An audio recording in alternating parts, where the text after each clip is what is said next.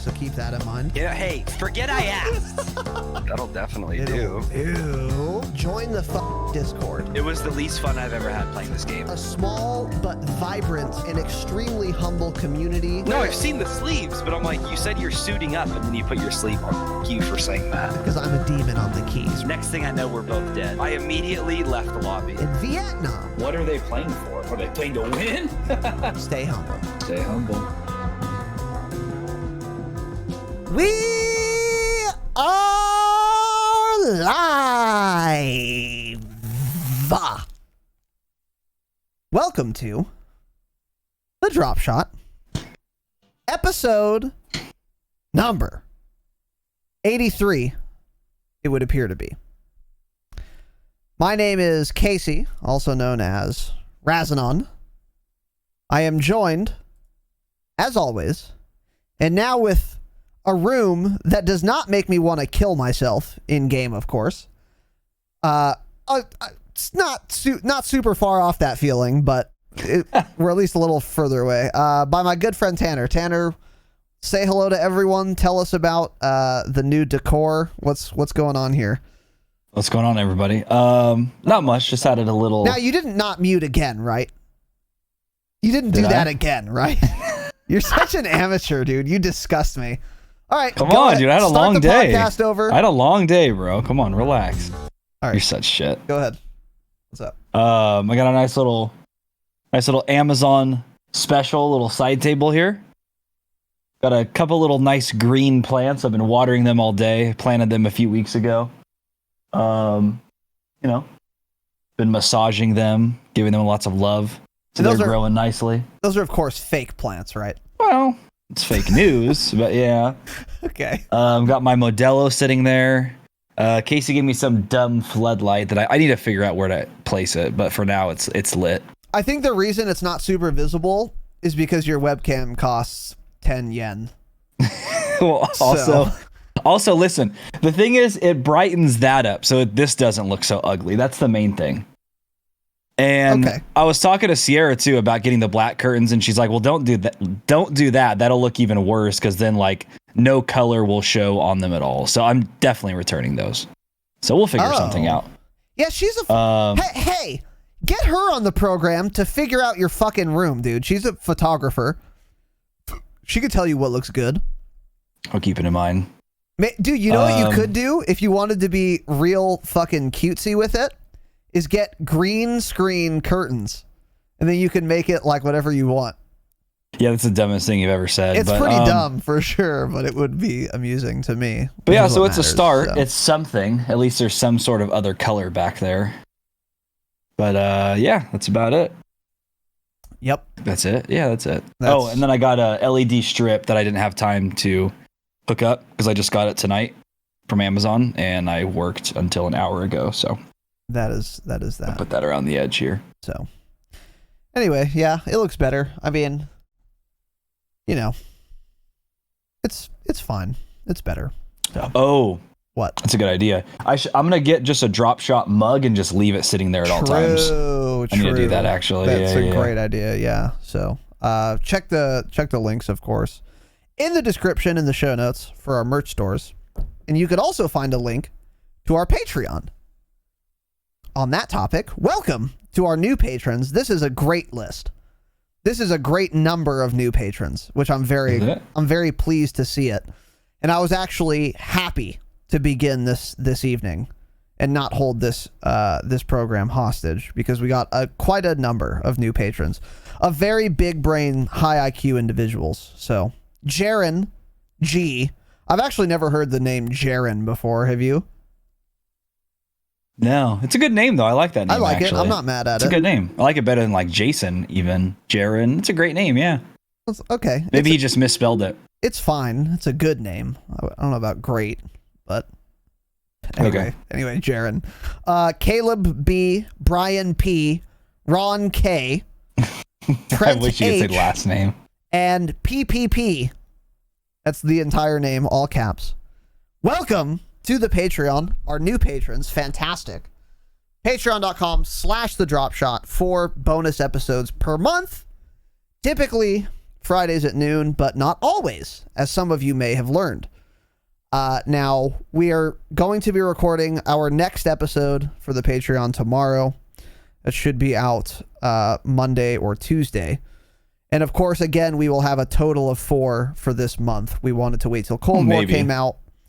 Absolutely, we will. We're not doing that. So we'll have 4 for you. Just relax. We wanted to wait for Cold War to come out. But the next one should be very soon. And then that is that. So tonight is the return of the glorious question and answer program, which we haven't done in literally months, and I'm very fucking excited to get back to it because these are my favorite episodes. They're Tanner's favorite episodes, and many of you seem to enjoy them as well. So we're going to go through. We're gonna go back in time, bitch, to the last question that was asked and not answered, and we're gonna try to answer everything. If the older the questions are, like typically the faster we're gonna answer them, unless they're still like relevant or topical. But if you're gonna ask us like, I think the example I use is like best MP7 loadout. We'll say it real quick, but we're not going to labor on it because I want to kind of get caught up to close to contemporaneous as we can. So with that said, keep asking questions in the Discord, in the Q&A questions section, because we're going to be doing these a lot more again in the future. We haven't been because we were doing our year in review series. We had other Saturday ideas, etc. But we should be getting back in the swing of these. So make sure to keep firing those away. And thank you to all of you who have participated. And then last announcement, which shouldn't be here, but I'll do it anyway, because it's fucking my program. It's mine and Tanner's program, right? So we'll do whatever the fuck we want. So this isn't an announcement, but I'll say it anyway, dude. I have been banging in Cold War. Banging, dude. Okay, so lower than mine. I'm having not my daily, no cap. The past 2 days, my average KD has been higher than yours, guaranteed. I've been just fucking banging, dude. Oh, it's disgusting. It's disgusting. He's a demon. We can check COD tracker. We certainly could, dude. We certainly could. I don't know if you could average like 2 days or whatever, but we certainly could. It shows what you are for like the last day, the last week, I think. Okay. Well, look into it and prepare to be embarrassed. Okay. I've been just destroying kids. It's been fucking disgusting. I don't know what changed. I don't know why. It could be a coincidence. It could be skill-based matchmaking got loosened. It could be that the most recent patch kind of nerfed aim assist a little bit. It could be that I'm getting used to the maps and just playing better. It could be that my attachments are now like more conducive to success. It could be a combination of a lot of those things. I don't really know. My best guess is that now that I'm using bullet velocity and the flashlight on like every gun, and I know the maps a lot more, and I'm a little more used to the time to kill, I think it's mostly me that's changed here, and my guns. I don't know if aim assist got nerfed super strongly. Some people were saying it did, but also not enough people have been. Because if aim assist actually got nerfed super hard, we would hear about it. Like, it would be all over Twitter. Like, oh, you guys ruined aim assist or something. Have you seen anything to that effect, Tanner? No, I know they did some tweaking yesterday, though. When that patch came out, they said they did. Well, they added. No, they added something into the settings, like an option. That's what I'm thinking of, actually. Oh, the response curve or whatever. Yeah, I was thinking that adjusted something, but maybe not. Yeah. Yeah. I don't know. Oh, here we go. Okay. So, as I thought, yours is substantially lower than mine, right? Shot. But yeah. Over what, the last week or the last 2 days? Because I said 2 days. Weekly. Okay, well, weekly. Okay, well, weekly's not what I'm talking about. Okay, well, there's the no game came day. out less than a week ago. Okay, well, there's no daily thing. It's just weekly. Yeah, I know that. Okay. Okay. The game's been out for a week, Tanner. You retard. Also, don't You look at retard. Also, don't look at COD Tracker. Well, it's either that or it's lifetime. So which one do you want me to do? Fucking dumb shit. Neither. That's why I said it doesn't absolute exist. Fucking cocksucker. You had a good game on Cartel today. 4.92 KD, 64 limbs. That's pretty good. Of course I did, dude. Look at I yesterday had a too. game on Armada with 81 limbs yesterday, but yeah. I had a game. Oh, you had an 80. Night. You had an 80 on Cartel last night. Nice, dude. Yeah, it was like 12,000 damage or some shit. I'm telling you, dude. I'm getting in the swing of it, dude. Yeah, you're looking good. Swing of it. I'm still better than you, but you're looking good. Well, okay. Keep that energy. How about that? How about you keep that energy? Okay. But yeah, anyways, I don't know. This isn't important necessarily, but I just wanted to throw it out there. I will remind everyone, the best way to do well in this shit game, it's not a shit game. I'm just so used to saying that. Thanks, MDub. The best way to do well is to prioritize bullet velocity and use the mounted flashlight attachment so you get the little diamonds above people's heads and you see their nameplates from farther away, and you will do way better. Yeah. So absolutely keep those things in mind. Have you felt different since the patch, or have you just been doing about the same? I did really good last night, but I've been doing really good lately because I've been using a SPAS 12 and a Tundra sniper. So it's kind of hard to do bad using those two weapons, actually. That's true. The SPAS is so gross. I take back my pump action shotgun comment. The pump is still good though. Better. There was a kill cam last night. Some guy he went on a 6 streak on the kill cam. Every single kill was a one tap with a shotgun. And some of these people were out to like 10, 12 meters, I swear. Like they were not right up in his ass. Like they were fairly far away. Yeah, the pump's good. I just think, the SPAS is better for sure. Yeah. And also, I will add, if you guys want to push in this game, use the Bullfrog SMG. The default strafe speed is actually insanely disgusting. Yeah. If you guys played BO4 with like stock 2 on like a SOG, the Bullfrog with no attachments strafes faster than that. I'm not kidding. It's insane. It feels like the gun doesn't belong in Cold War because the strafe speed and with everything else is like super slow. But for whatever reason, I don't know. I don't even know if it's on purpose. It feels so fast that it almost seems like broken, like an oversight to me. But the strafe speed is just disgusting, dude. So if you want to rush, that's a good one to do because you can absolutely strafe cheese kids. Just peek around a corner, fucking sprint like you're running the 40 sideways, ADS. Just whoop, just zoom past a doorway, just banging someone, and then you're gone in an instant. It's good, dude. It's good. It's really fun. The bullet velocity on the Bullfrog is shit. Let me be clear. It's shit. It's not a good gun at like mid-range or long range, but it's insane. Pretty close. It's really fucking fun. You haven't tried it, huh? No. You're dumb. So unfortunately, I haven't tried too many guns because I have this bad habit where I don't want to use any other guns until I get one gold, basically. It's like I'm using the SPAS 12 and the sniper until they're both gold, essentially. Like no matter what map it is, I'm using them. Yeah. The shotgun is fairly close to gold. I'd say I'm like 75% done, 80%. Yeah. But so I don't get to experiment with too many guns. I certainly could, but I don't want to. Yeah. Because I want them gold, right? So weird. Well, once double XP comes, then I'll like double weapon XP. Then I will use other weapons for sure, and I'll level a bunch up. I bet you there's going to be a double XP weekend for Thanksgiving weekend. For Nuketown. Like a triple double. Yeah. Yeah, exactly. Because Nuketown, it's going to be that Dude, weekend. bro, I'm off the day Nuketown comes out, and the next day, and the next day. Let's go, baby. I bet you they start the triple double on Thursday, Thanksgiving, through till the 30th, Monday. Yeah, so maybe. Double weapon, global, and battle pass tier XP. Oh wait, no, there's no battle pass yet. Sorry, double.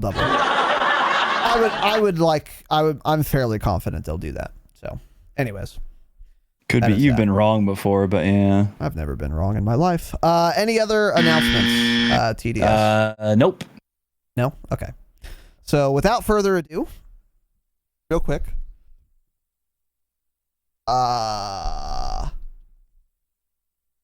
What the fuck am I looking at? Aussie, the 50 bits. Holy shit, I added more speed and went full bullet velocity on my AK and won first free-for-all game. You solved everything. It's fucking way better. Thank you, Raz, you god. Correct. Correct. I am a god. I'm glad that helped you, Aussie. I'm telling you, dude. Use the flashlight, too. It'll help you a lot, also. But you have to just do bullet velocity, especially on PC. Because your aim assist doesn't lead in exactly the right spot for you with a machine. So yeah, use bullet velocity. But I'm glad to hear that, dude. And thank you for the biddies. Much love, much appreciation. BBMF with the 1,000 biddies. And Balakay, 100 more. Let's go. Thank you, boys. Stay humble, bitches. Thanks, BB. I love you, brother. I appreciate it. And Balakay, as always, thank you as well. So, if you were listening for the jingle, thank you again, boys. Here the fuck it is.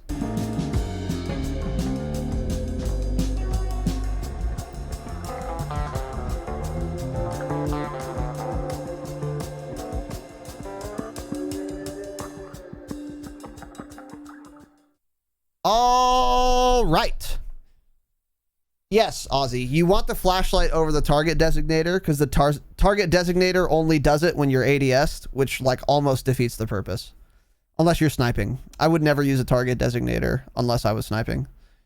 Because you want to be able to like see names pop up while you're hip firing. What? I thought your stream crashed, but maybe it was just on my end. It looks fine to me. Okay, it was on my end then. Yeah, so... Anyways, welcome, guys.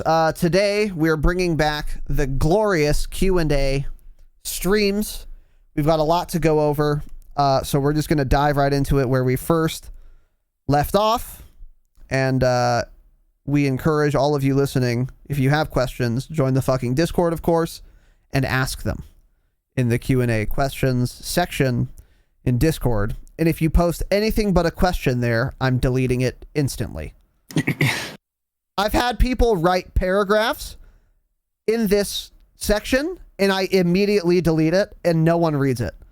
So unless you want to waste your own time, use that for questions and then type your paragraphs anywhere else. Just not there.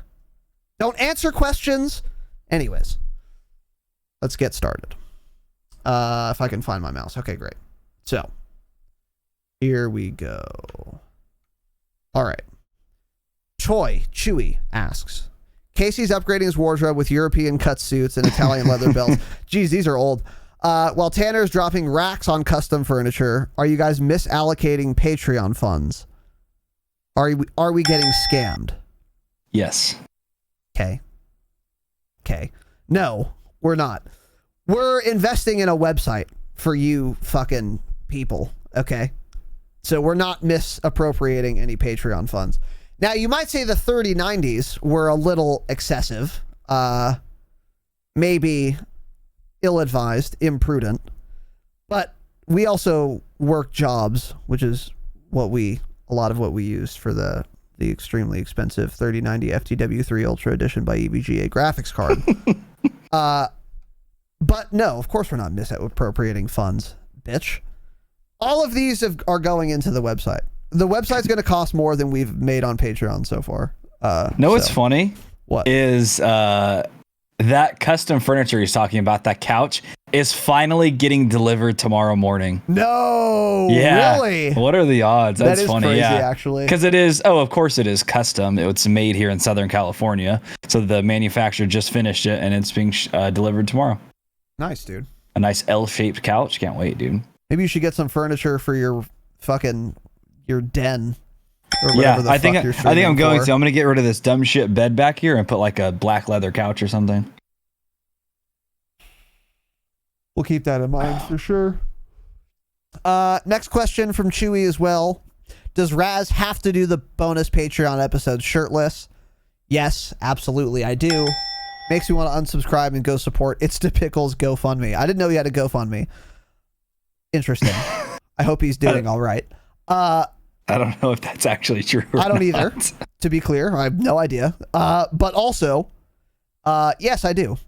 Live in a 2-story home in Southern California in September of 2020 and have a shirt on. Good luck, bitch. And just listen. Don't watch the video. Moving on. Gifty Boy. Forgive me if this has been asked before. So you go to a party and end up getting drugged. Jesus Christ. When you finally come out of it, you're smack dab in the middle of a threesome. You're inside your mom and your dad is inside you. Jesus Christ. Which way are you moving to make your escape, forward or backward? I'll show myself out.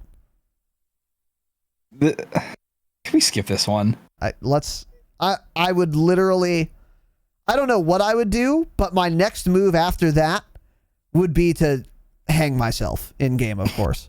This is the worst possible experience I could have. Let's absolutely move on. Rune. Hey boys, do you remember what the first CD album was that you bought with your own money as a kid? I know it's off topic. Mine was Hybrid Theory by Linkin Park when I was 7 or 8. Lol. That's a good question, Tanner. Mine was it was a My Chemical Romance CD. No. What was the one with Helena on it? What was the album called? Let me see. It was released in 2005, it looks like. 3 Cheers for Sweet Revenge. That was it.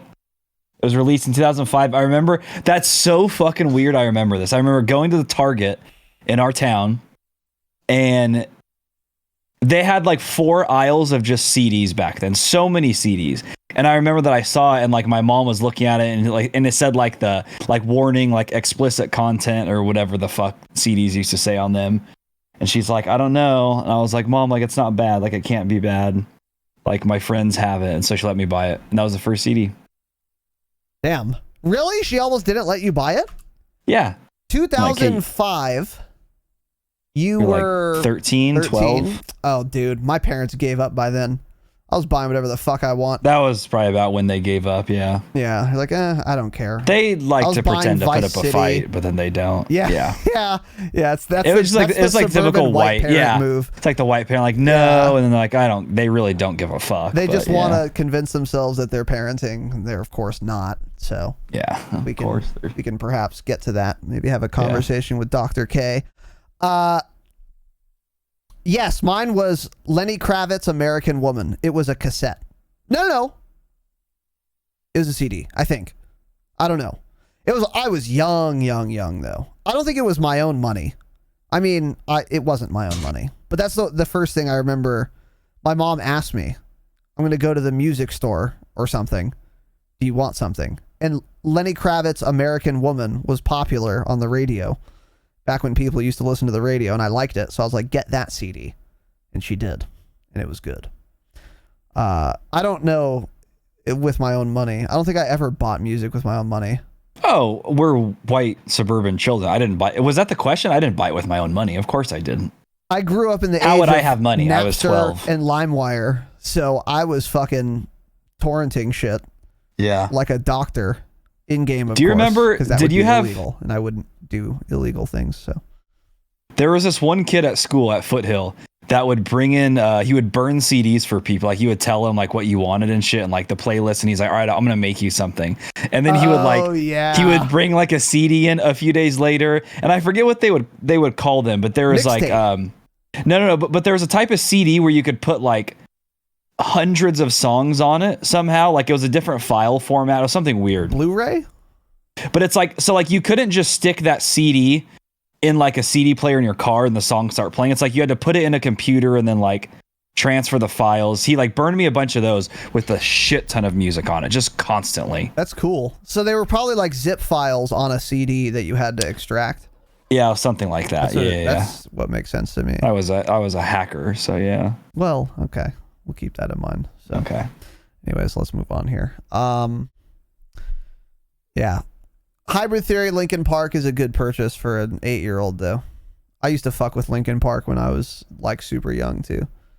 So okay, this one's pretty long. I'm going to summarize this for everyone here. Let me read it first.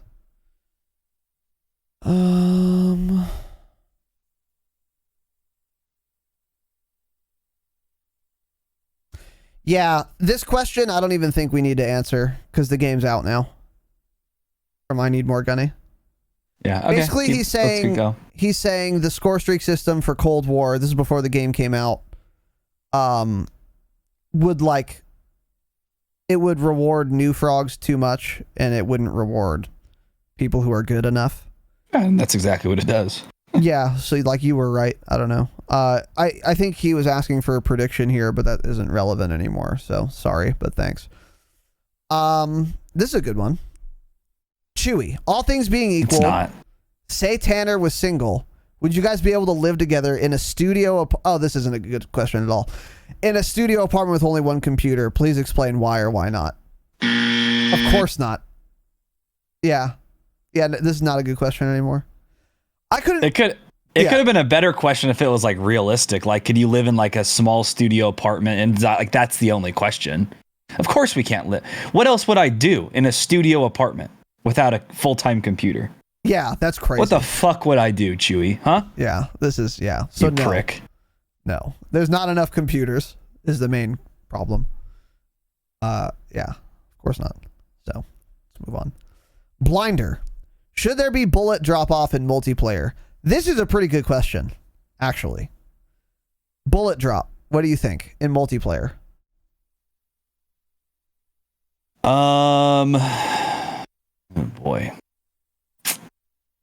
Yes, but not a whole lot. Like, I feel like Modern Warfare did it about perfectly. Like with Warzone, I think the bullet drop off in that game is perfect.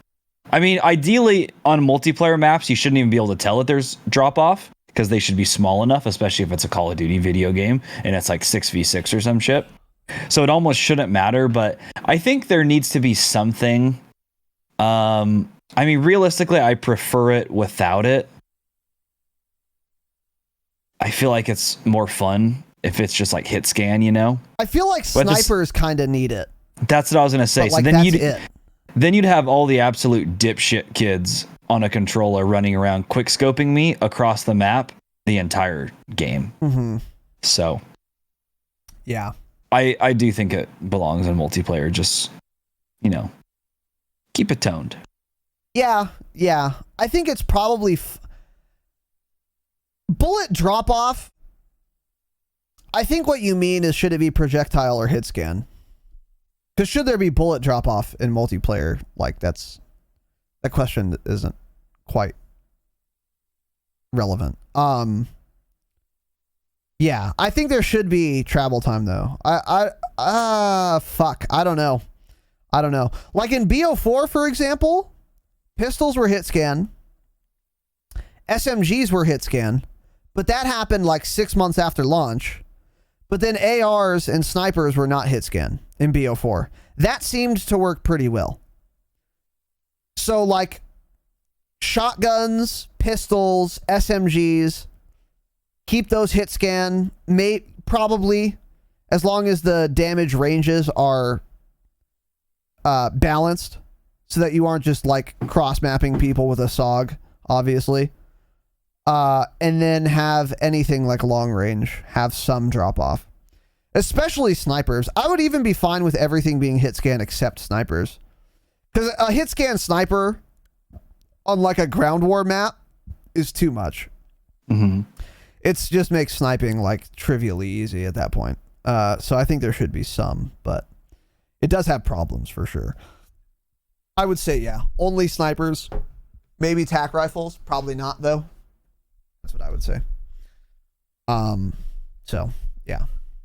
Lemur, 500 bits. I love you guys. Aw, thanks, Lemur. We love you too, young lady.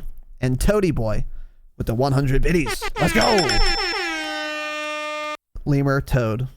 I love both of you very much, and I very much appreciate the support.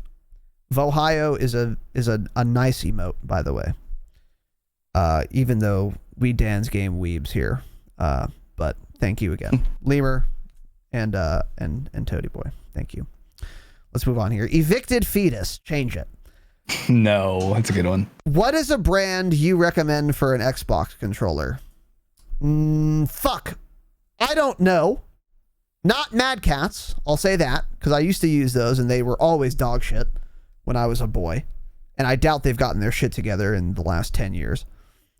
Once a brand fucks me, I never go back to them. I don't care if they have a new owner, a new manufacturer. It's dead. I'm never doing it again. This has happened to me with Razer. I'm never doing Razer again, ever. I don't care if they have the highest rated FPS mouse on earth. Never using a Razer product again. I've had a few shit Razer products, yeah. They all break, dude. They all break. I hate them. So I'm never using Razer again. Madcast is another one. Now on to your question. I don't know. I've been hearing that scuffed controllers are kind of shit, and they break a lot too, particularly the paddle buttons. But there was this this alternative or like alternate brand that a lot of people were recommending to me. Because I was thinking of trying out a controller, but it's too expensive, and I would never like actually switch to controller. So I'm not going to spend $200 to like for a goof, you know. But Tanner, your thoughts here? Use a mouse. Use a mouse is correct. Yeah. Nacon. I don't know. Nacon. So my recommendation, based on what I've been told, is Nacon. Nacon controllers. They supposedly make good shit that are like scuff alternatives. Although this might be PlayStation only. So maybe it's not for Xbox. I don't know. But in that case, I would say Google it. I don't know, man. You can figure it out for sure. Jake is suggesting beer, by the way. A Fusion A Pro, $80. So there's your answer. Okay. Yeah. And Jake was. It was 2 months ago though. He already bought a scuff. So yeah. Yeah. Used code SCUMP to save $4 on his $300 controller. Actually, huh? Yeah, for sure. So anyway, codes are so dumb. Hope that helps. But yeah, you've probably already bought your controller. So I mean, I don't endorse you buying a controller. You fucking rat. So Dreves, aka Papa Shido. How did Tanner and Raz meet? Did you like each other at first? How long have you known them? Same for Jake. So this must have been asked during the Jake Down episode. If you could choose, let's start there. Tanner. How did we meet? We met through our mutual friend Gabriel Saul Perez, who met Casey through another mutual friend, Michael Joshua McCoy III. 13. Who is just recently married. Did you like each other at first? No, just kidding. I don't remember at all. I had no strong feelings. I think I do remember Gabe telling me at one point that like I would like him because he was like an angry white kid like I was or something. I don't remember. It's probably something Gabe said. That's something Gabe would say. He was like all you white kids are like always angry all the time. I was like, yeah, probably. That's so. I love Gabriel Saul Perez. He's not here, so he's shit. He's in a game with us tonight, right? But is he in the stream? Of course not. He's skip the pod. Yeah, he's. He's probably Prestige 100 by now. Yeah. How long have you known them? Oh, so this question was like directed towards Jake. How long have you known them? I get it. Okay. Anyways, since like 2010, probably. Earlier, I think maybe. No, that's probably not right. That's probably because it was I think it was the class at Mount. Yeah, 2010, 2009, something around there. Yeah, doesn't matter. It doesn't matter, and I don't care. Yeah, yeah. I don't know. I had no strong feelings. So. Yeah, that's pretty much it. If you could choose any two CODs you had to play for the rest of your life, and you could only snipe. This is a good question to answer now. What would they be and why? Call of Duty 4, actually. Call of Duty 4, but specifically on Pro Mod competitive. It was really good on that because they changed some things. The aim down sight speed was a lot quicker, and they took away like the aim sway. So as you're aiming, it didn't sway at all in the competitive Pro Mod. It's like where you put so OP. Why would they do that? Because only one person would snipe max on a team of 5. Max. Most of the like most maps, you didn't even use snipers anyways. Okay. You had to be really good to like it. They weren't overpowered at all. Too. Yeah, well, they just weren't overpowered at all. It's like if you weren't good and you missed a shot against those players, like you were dead. No matter like. If they were using an AK, like anything, so that makes sense. It was never overpowered at any point. Okay. And then probably Call of Duty 2 also, because the Kar 98 and the Mosin were so fun to snipe with. Interesting. Yeah. I'm actually having a lot of fun sniping on this shit game right now, too. Yeah. My answer to this question. Ridiculous. Yeah. Yes. My answer to this question, number one, Call of Duty World War II. For a couple reasons. Number one, World War II is a genuinely good game that's really fun and I really enjoy it. And I have like no complaints about it. But that's because I didn't play it at launch, but I'm not going to rehash that whole diatribe. And number two, because there was a Kar 98 that you could put iron sights and rapid fire on in World War II, and it was disgusting. Disgusting, dude. It was overpowered, right? It wasn't just good, it was overpowered. Like, people had no chance. You could aim down sight pretty goddamn quick, and the hitboxes were pretty generous. And the one-shot kill, like, where you could shoot someone to get a one-shot kill was also very generous in World War II. Like, you could kneecap someone and you get a one-shot kill. So, Jesus. Kar 98 iron sights, you could actually snipe with it, like shoot people far away. But also, if someone runs up on you with an SMG, it's not like a normal sniper where you're probably fucked. You just fucking shit on him with your iron sights Kar because it's dumb and busted. Number one. Number two, Call of Duty Black Ops Cold War 2020. Why? The hitbox becomes 5 times larger on an enemy if you're using a sniper rifle.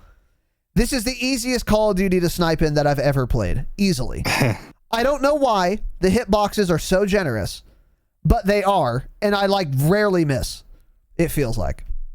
I certainly do better sniping in this game than I have in any other Call of Duty I've played because the hitboxes are so generous. So I would choose those two. The sniping in this game is actually so busted. It's so dumb. They need to change the hitboxes. It's actually way too generous, but those would be my picks. That was a good question, by the way. So let's move on here. The Mexican Mogul. How do you both clean your PC? I'm hearing a lot of conflicting advice. And then 2, I recorded myself playing COD for the first time the other day and was horrified at some of the faces I was pulling when I got into engagements. Have either of you ever, or any streamers that you know of, had to focus on keeping a straight face for the camera, or is that just me? Cheers, guys. Good questions. Well, the second one's good. Tanner, your thoughts? We answer a lot of these in the episode with Jake. This one we already answered. Oh, you did? Yeah. Oh. I just realized that. How do you clean your PC? Because I remember thinking the same thing back then. And I was like physically clean it? I don't know. I spray it out with an air compressor like once a year, and that's about it. Okay, yeah. I'll answer this then. So how do you clean your PC? Honestly, realistically, I get a new part, and then while I'm opening my PC anyway, I get some compressed air and just blow dust around in my garage until there's some dust out. Oh, and I don't. So you at least take it out of your. So you at least take it out of your room, though. I was thinking you just blew it with compressed air in the room. No, I'm not that much of a degenerate idiot. I'm close to that, but no. Okay. No, I actually bought myself a like an electric one. So it's like a little. It's not compressed air. You just blow air. You plug it in. It has like a little motor. And then you just press dumbest thing I've ever heard. You press like speed 1 or like Omega fucking jet engine speed 2. And then you could put like different nozzles on it and you just shoot air and your hand doesn't get frostbite on it like regular compressed air cans. And you can just blow the shit out of it. It's actually quite nice. And if you actually own a PC, I recommend doing that because in the long run, you'll save money instead of buying a bunch of compressed air cans. But yeah, that's what I do. You just blow air out of it. You could get really thorough. It doesn't matter, though, honestly. Occasionally in my past, I've had blue screens because my computer was so dusty. That has happened to me before. So then I would open the PC, dust that bitch off, and I'm chilling. And then also, every once in a while, I'll notice my GPU temps getting real high when they shouldn't be.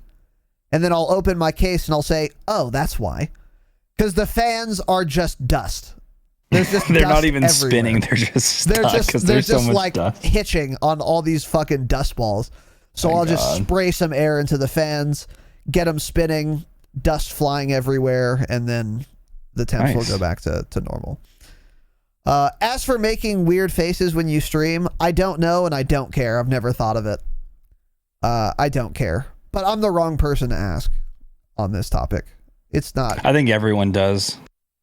Yeah, like I'm sure you're going to make weird faces playing, of course. Yeah, I'm sure I do, and I just don't care about it. I don't focus on what my face looks like ever, and especially when I'm streaming. When I'm fragging, I don't give a fuck what my facial expression is. It doesn't matter to me at all.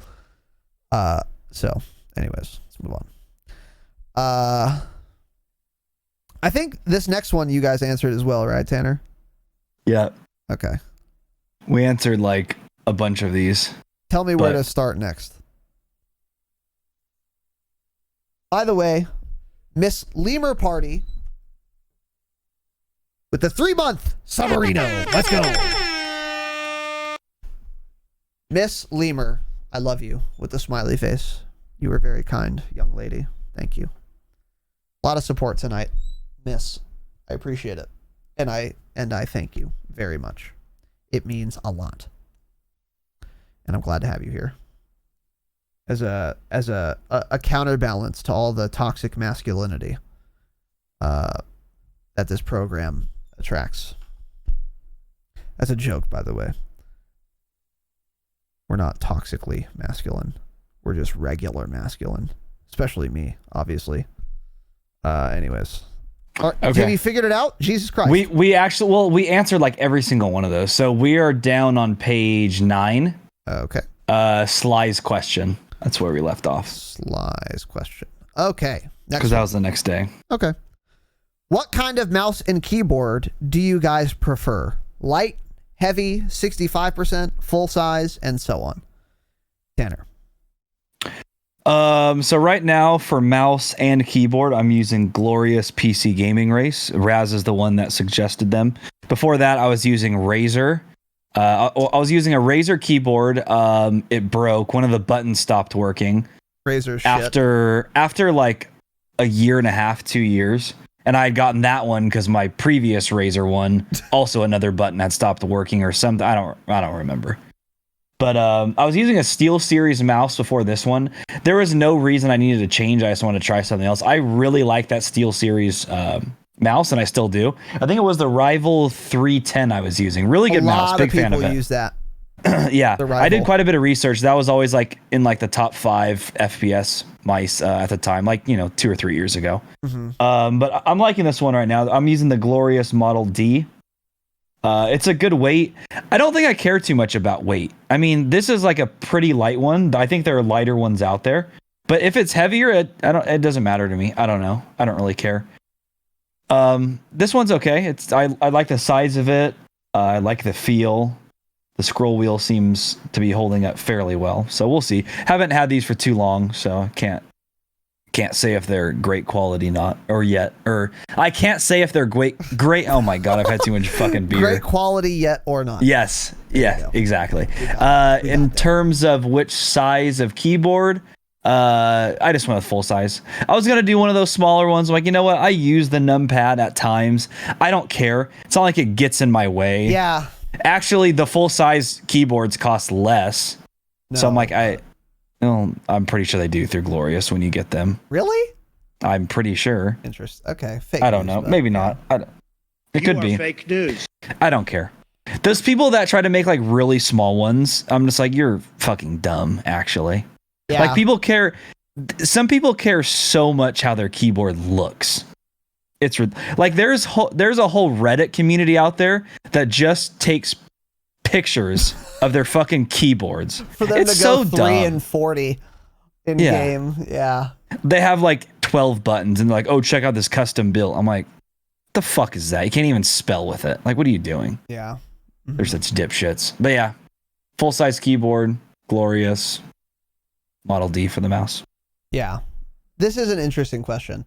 I want to start by saying if you play shooters on keyboard and mouse, Go to youtube.com/rocketjumpninja. One word. He is an excellent resource for mice, for like FPS mice. He reviews all of them. He has an insane level of knowledge and attention to detail. He is really fucking good to go to for like, he has mostly like mouse reviews and like comparisons on his channel, but he'll also have tips on like how to fucking whatever, like do shit better. One thing he recommends, by the way, is to wear that sleeve that Tanner gets mauled about. My fucking shooting sleeve, my suiting up. Rocket Jump Ninja made a video way after I got my sleeve, by the way. Shout out to Shadow. F's in the chat. Haven't seen him in forever from BO4. He was like, you guys should do this because then your dumb forearm won't stick to your desk. But so he has like all kinds of videos like that are just related to like doing well on like PC for like FPS shooting. But the main thing he does is mouse reviews and mouse like analyses and shit. It's a very good resource. Rocket Jump Ninja.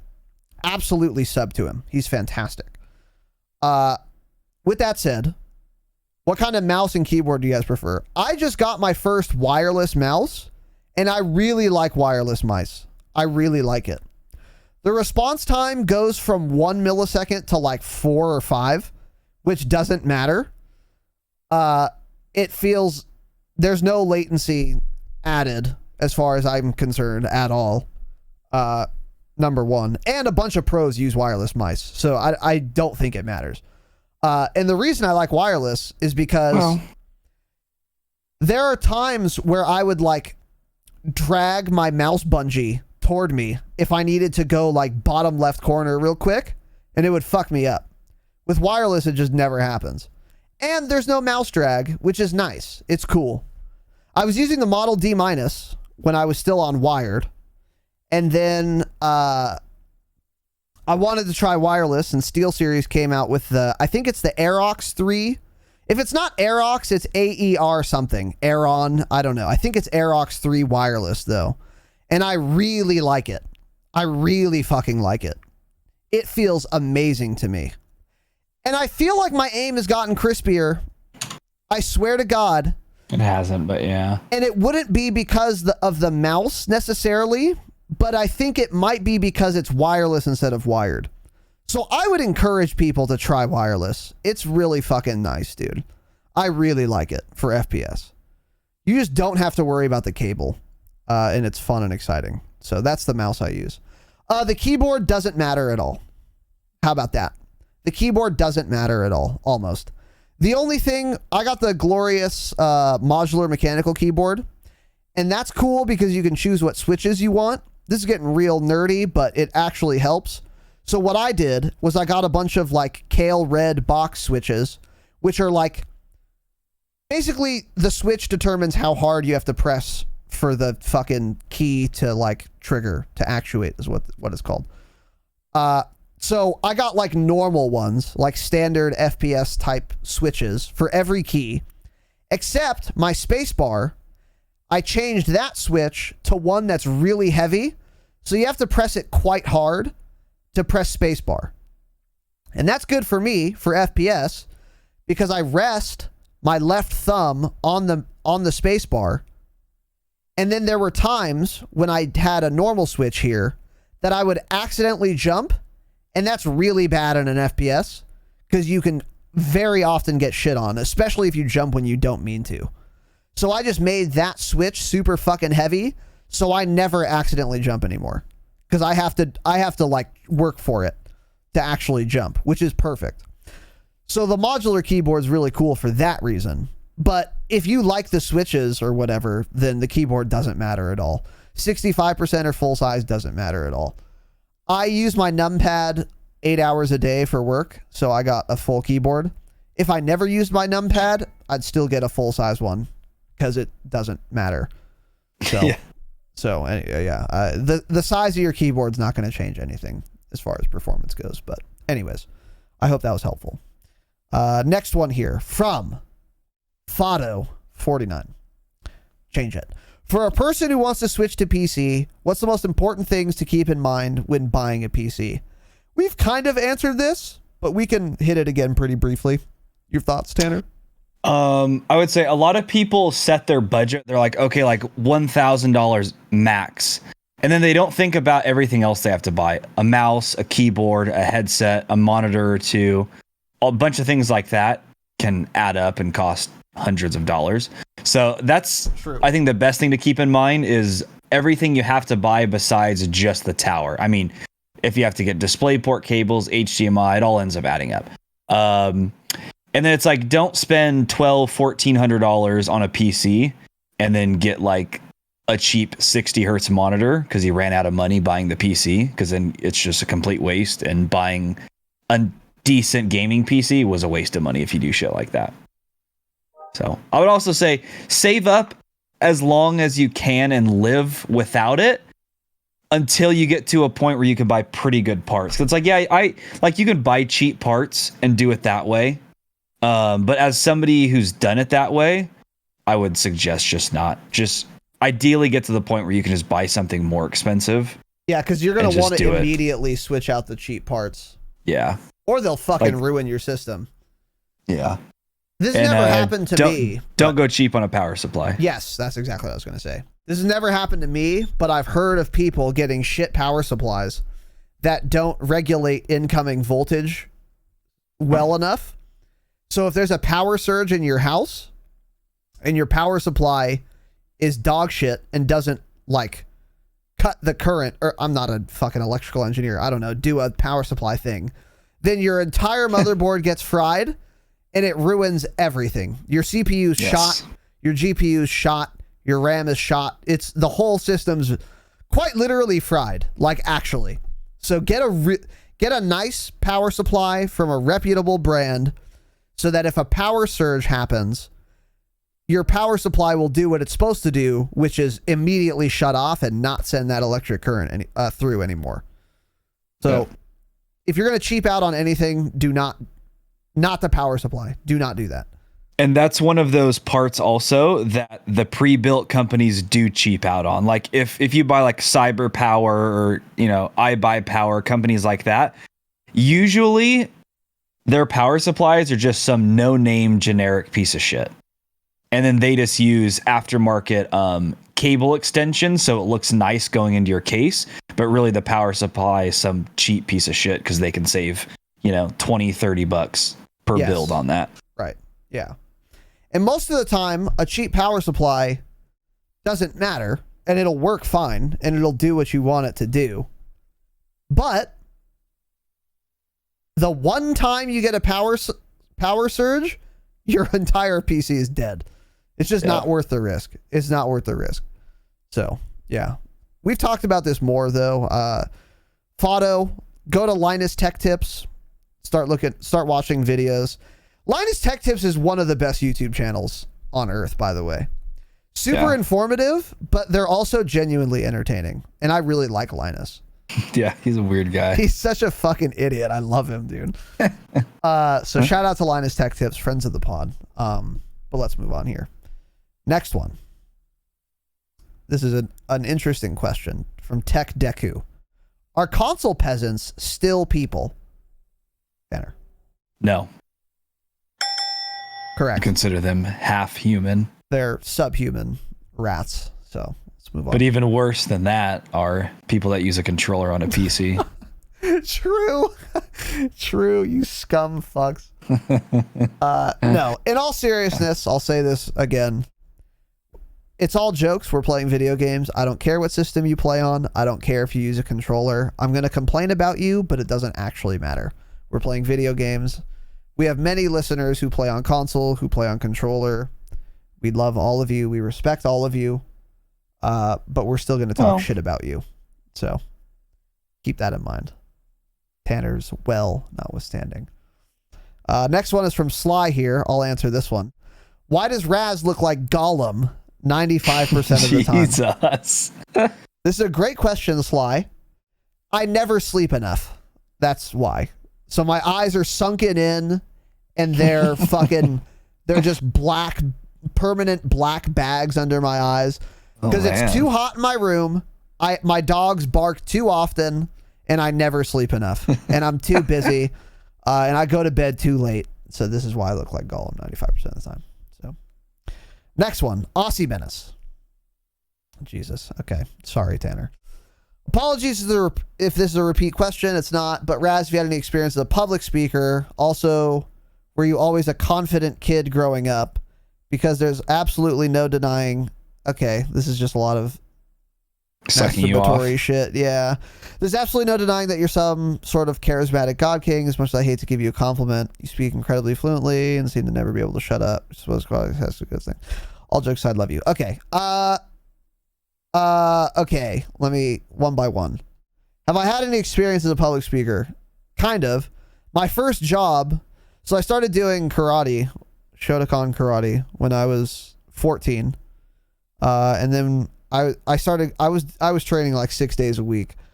So by the time I was 16, that was like my first job, was like assistant instructor. And then by the time I was about 18, I was just doing classes myself. And if you're teaching a karate class, obviously that is a form of public speaking, I guess. And that's pretty much it. I mean, I've spoken publicly outside of that, but not like regularly. That's the only time I was like regularly publicly speaking.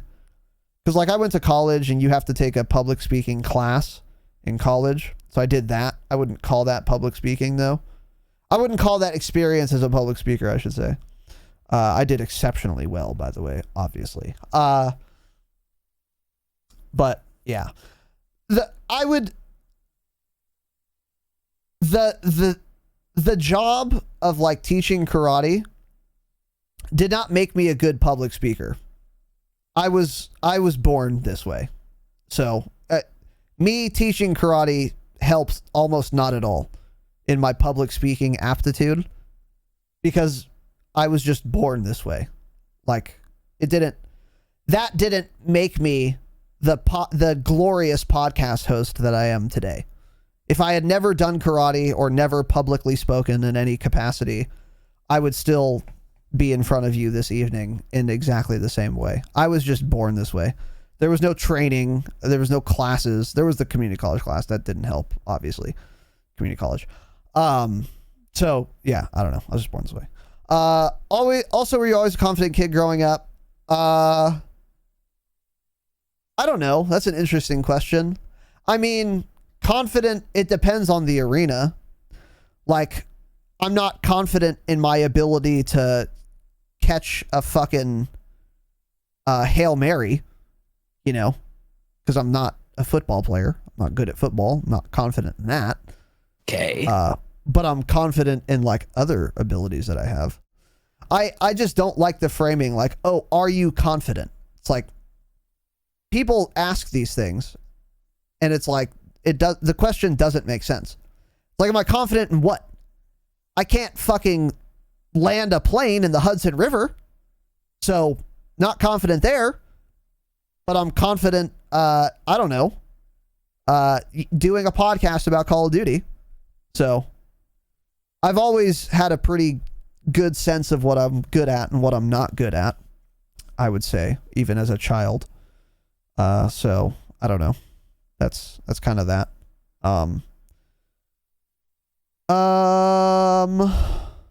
Yeah, so that's pretty much that. Thank you for the kind words, Ozzy. I appreciate it. But yeah, no. There was no training, there was no background that I have that makes me fucking insane at running a podcast. I was just born this way. It's just like Shaq. Like, you don't congratulate Shaquille O'Neal for being 7 feet tall, right? He was just born that way. So, anyways. Next one from Tier SL. What's your favorite type of bean and bean brand? Ooh. Okay. Great Tanner. question. Is it? Go ahead. Bush's baked beans. It's the only brand out there. I like I think it's like brown sugar and hickory. It's a great camping bean, dude. So you're out camping, you know, I'm in the middle of nowhere. I just got done wheeling all day, you know, driving over some large rocks. I'm tired. I'm hungry. I left my house. Wheeling? That's what people call it. Yikes. Wheeling. Yeah. I left my house at 4 a.m. You know, I drove hours. I'm tired. I want a full hearty meal. So we cook like some sausage or something, right? Then we heat up some Bush's baked beans. That's it, dude. That is the number one bean out there. It's the only bean, actually. Okay. The question makes me mad. Tanner's answer makes me even more mad, which I didn't think was possible. I thought I was going to get from Tanner a response similar to mine, which is this. I don't have any strong feelings about beans. Really? Or bean brands. That's why I fucking love beans. Beans are fine. I'm a big bean guy. Beans are fine. I've never paid attention to what brand of beans I'm consuming. Okay, yeah. I have no input on brands of beans, but I guess if I had to pick a favorite type of bean, it would be barbecue baked beans. Those are good. Can't really go wrong. Those are good too. Those work for sure. They do work. So I'm very curious what prompted this question, but nonetheless, we'll move on. This is an excellent question from King Camper, who asks, Tanner, when are you gonna knock her up? Ostensibly referring to your lovely blushing bride. Well, you tell me. I have a podcast about a video game. I come home almost every day and play Call of Duty. Do you really think I want a child? Do you think I want a child running around? Actually, of course not. Interesting. Of course fucking not. Do you guys ever not want anytime kids? soon. It'll probably just get to the point where eventually we may kind of, and then at that point we'll be 45 years old. I was going to say it'll be too late. Fuck it. Yeah. We're both too self-centered, I guess you could say. I wouldn't want to imagine me coming home from work and taking care of a child. I just want a game, dude. Yeah, don't do that. Yeah, you have enough responsibilities. If you're gonna shoot a live one in her, at least wait until your grandma dies. Actually, because you don't want to have to be taking care of her and the kid. It's too much, and running the hottest up and coming podcast and gaming. Yeah, it's just tough, you know. Yeah, it's tough. Exactly. Yeah. Being the rattiest SPAS 12 user in Cold War, it gets tough, dude. True. So yeah. True. Here's your answer, bitch. Here's your answer. Okay.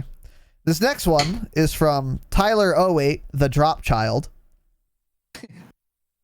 who asked, That's a funny question. Have you ever played Among Us? You definitely need to give it a try. It's on Steam. Tanner. Yes. If you would like to play it with us occasionally, maybe, probably not actually. Patreon.com/the Dropshot. We've played it on there a few times. Is it fun? Not really. No. It's okay. It gets better the more we play it, but it's not great. Yeah. But yeah, thanks, Tyler08, the drop child. The drop child. So Tyler08 is a 12-year-old, actually. Literally 12. Literally 12 years old. And not sure if 12-year-olds are allowed in the Discord, but he's made his way there, and I respect the moxie, so I'm not going to ban him. Yeah, we've played Among Us. Yeah, it's super. I think it's super fun. But like Tanner said, you have to know how it. You have to play it for a while and learn the map strategies and shit before it gets really fun. But we've had quite a few fun. We've had some fun games. It's just like Tanner said, you have to play it a lot to you have to play it, and you have to play it a good amount so you know strategies and stuff. But also everyone playing with you has to know shit. Because if you're just teaching people, it's not that fun. But once everyone's on the same page, then it gets real fun. I watch Among Us streams way more than I play it myself, though. Like Trainwrecks TV, friend of the pod. Well, we're never gonna play it again, but yeah, probably not for a long time anyway. But like Trainwrecks TV, he streams a fuck ton of Among Us. Among Us 3-time world champion. That's my streamer, Squad W in the chat. It's fucking fun to watch. It's fun to watch because these guys will get genuinely angry at a game where you're using Teletubby avatars, running around a spaceship. It's so dumb, and they get so mad, and it's so funny. It's great content. But yeah, it's a good game. So thank you, Drop Child. Okay, this is an interesting next question from the real Tucker Carlson. What is your opinion on genetic engineering on humans? How do you think it'll change warfare in the future? Do you think it should be heavily regulated so that only wealthy companies and people have access to it? Or should it be less regulated and everyone has access, but it also imposes a greater health risk? Okay. I object to the framing, but I couldn't care less, so I'm not even going to answer it. Okay. It's the worst question we've ever gotten. So, what is my opinion on genetic engineering on humans? We should do it if we can to eliminate diseases and Down syndrome and autism and shit like that. Obviously, how do I think it'll change warfare in the future? It won't, because by the time we're sufficiently scientifically literate to genetically engineer humans on that scale, we would have already made insane fucking killer robots. You can just type in Boston Dynamics on YouTube and you'll get a sense for that. There are literally robots that are doing fucking gainers off of cardboard boxes in laboratories at MIT already. So we're just, before we genetically engineer fucking John 3:16 for the fucking Spartan, like, thermonuclear, like, super soldier war, we're gonna put an AK-47 in the hands of a Boston Dynamics artificially intelligent robot and drop him out of an autonomously flown drone into Yemen to just invade those poor villagers who make less than $1 United States dollar per month. Now, that's a grim future. It's not great. But the point is, we're going to have robots doing warfare for us before we have, like, super soldiers that are genetically engineered. So I don't think it would change warfare much at all. Do you think it should be heavily regulated so only wealthy companies and people have access to it? Or should it be less regulated and everyone has access but imposing a greater health risk? That question doesn't make sense. Regulation, if it's heavily regulated, like, there are a bunch of things that are heavily regulated that everyone has access to, like tap water. Tap water is super heavily regulated, but it's not only accessible to wealthy companies and, like, rich people. So I don't even know. I don't even know where you're trying to go with this, but it's an omega false dichotomy. But if we're going to genetically engineer people, obviously it should be pretty regulated. Yeah. Because I don't want my kid to fucking have 3 arms if I don't want him to. And maybe I would subject him to that, but I would want to do it on purpose. So, of course, it should be heavily regulated. So, anyways. I think Tucker asked these 2 ridiculous, dumb questions because he knew you would go on this long thing and answer them, when really he just probably found some dumb question online and copy and pasted it or some shit. I think that's what happened. Well, the dichotomy is so misguided there that I don't think he found it online. You'd have to try to have a... Yeah, that's true. A dichotomy that false. Maybe he was doing a research paper in his college class. Yeah, it's a good question. I just don't, that dichotomy doesn't make sense. So I'll answer this next one quickly because Tanner's malding. Also from the real Tucker Carlson, disgraced Fox News host. In the future, is the abortion debate going to be resolved through scientific advances in the fields of ectogenesis and cryogenics? Or do you think okay, that's why I'm confused. That by the time human reproduction would be... Oh, by that time, human reproduction would be the cloning of an individual, slight changes in its genetic makeup through Cas9. I believe that's like CRISPR, which is, again, just kind of the genetic engineering shit. Therefore, unplanned pregnancies would never exist. Just not true. In the latter case, by the way, when you use ladder in this form, Tuck, it's Latter, not Ladder. That's ladder, like a step ladder. Latter is how the word is spelled,Tter. Would women still have reproductive rights? Okay. Is the abortion debate going to be resolved through scientific advances? If it is, it would be in none of our lifetimes. Because even if we can start doing CRISPR shit and genetically engineering, it's going to be incredibly expensive and, like, prohibitively expensive.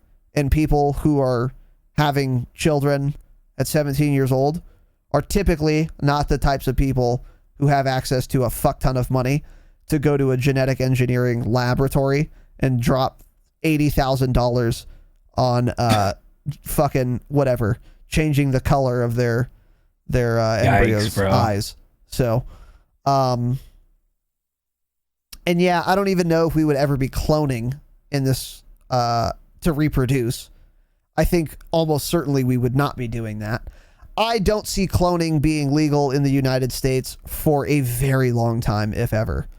With how puritanical and like Christian we are. Well, it can't be done anyways, so yeah. I mean, cloning is already illegal in the United States. You can't clone people. So even if we could genetically engineer, human reproduction would not be human cloning. That would, and even if it were legal, you'd be fucking insane to want to clone yourself. That is weird. That is very weird. So I don't see how this would make unplanned pregnancies never exist. Because for that to be the case, you would have to have some eugenics program where when little boys and girls are born, you artificially stop their ability to reproduce the fun way. And that is literally the definition of eugenics, which I, again, do not see happening in the United States anytime soon. So, yeah, I don't know. A lot of weird premises here that I just don't agree with. But it would be cool to genetically engineer. Let's just say that. Anything to add here, Tanner? Of course not. Okay. Next one, Moose God. Hey, boys. Thank you, by the way, Tuck. While playing a game of Warzone with my buddies, piss drunk from tequila seltzers, change it. Oh, any keto kitties in the chat? Okay, drink liquor if you're keto. And I don't think tequila's keto. I came up with this rule that wherever it might be, we start in the giant free-for-all waiting lobby is where we have to land in-game. That's kind of cool. After doing so, we won 2 games in a row and had top 5 finishes the rest of the night. Because of that night, 2 weeks later, it's all we do. Do you guys have any weird rules or rituals you did as a goof but turned out successful and you can't live without it? Thanks, hashtag Jake to replace Raz. That's a cool ritual. Wherever the random plane is where they have to drop. I actually quite like that idea, Moose. But Tanner, your thoughts? Yeah, that is very interesting. That's cool. I can't believe you guys actually won that. Do we have any weird rules or rituals? No, if we did, we'd probably be better at Warzone. True. Turned out successful and you can't live without it. I mean, no. I don't. There's the answer. No. Yeah. Yeah. I don't know. I can't think of anything we've done like that. So if Tanner had a ritual, I would not accept it. I hate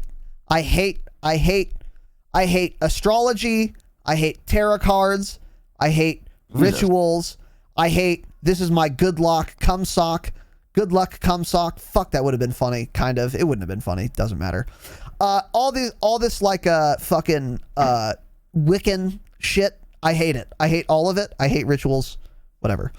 Or like whatever. This is my good luck fucking wife beater. I hate all that shit. But what you described, like, all right, we're gonna drop wherever the plane puts us. That's cool. That's kind of a ritual, I guess.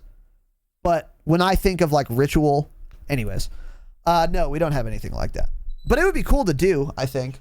But honestly, we wouldn't do that because we're too much of try-hard nerds. Now, does that work for us? Absolutely fucking not.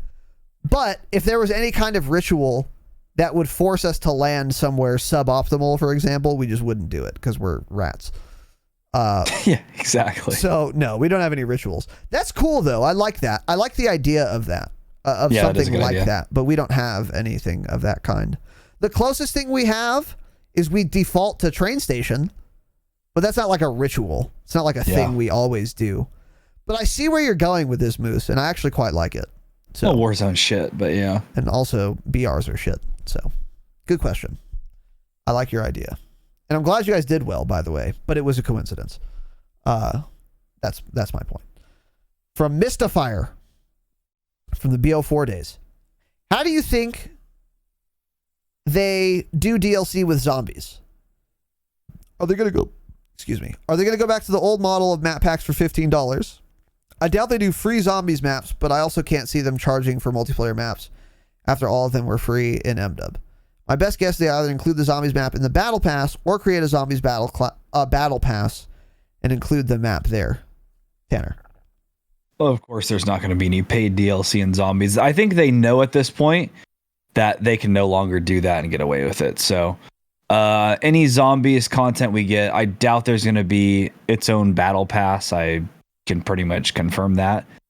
But yeah, I think the maps will just come with like the normal Cold War game updates, multiplayer updates.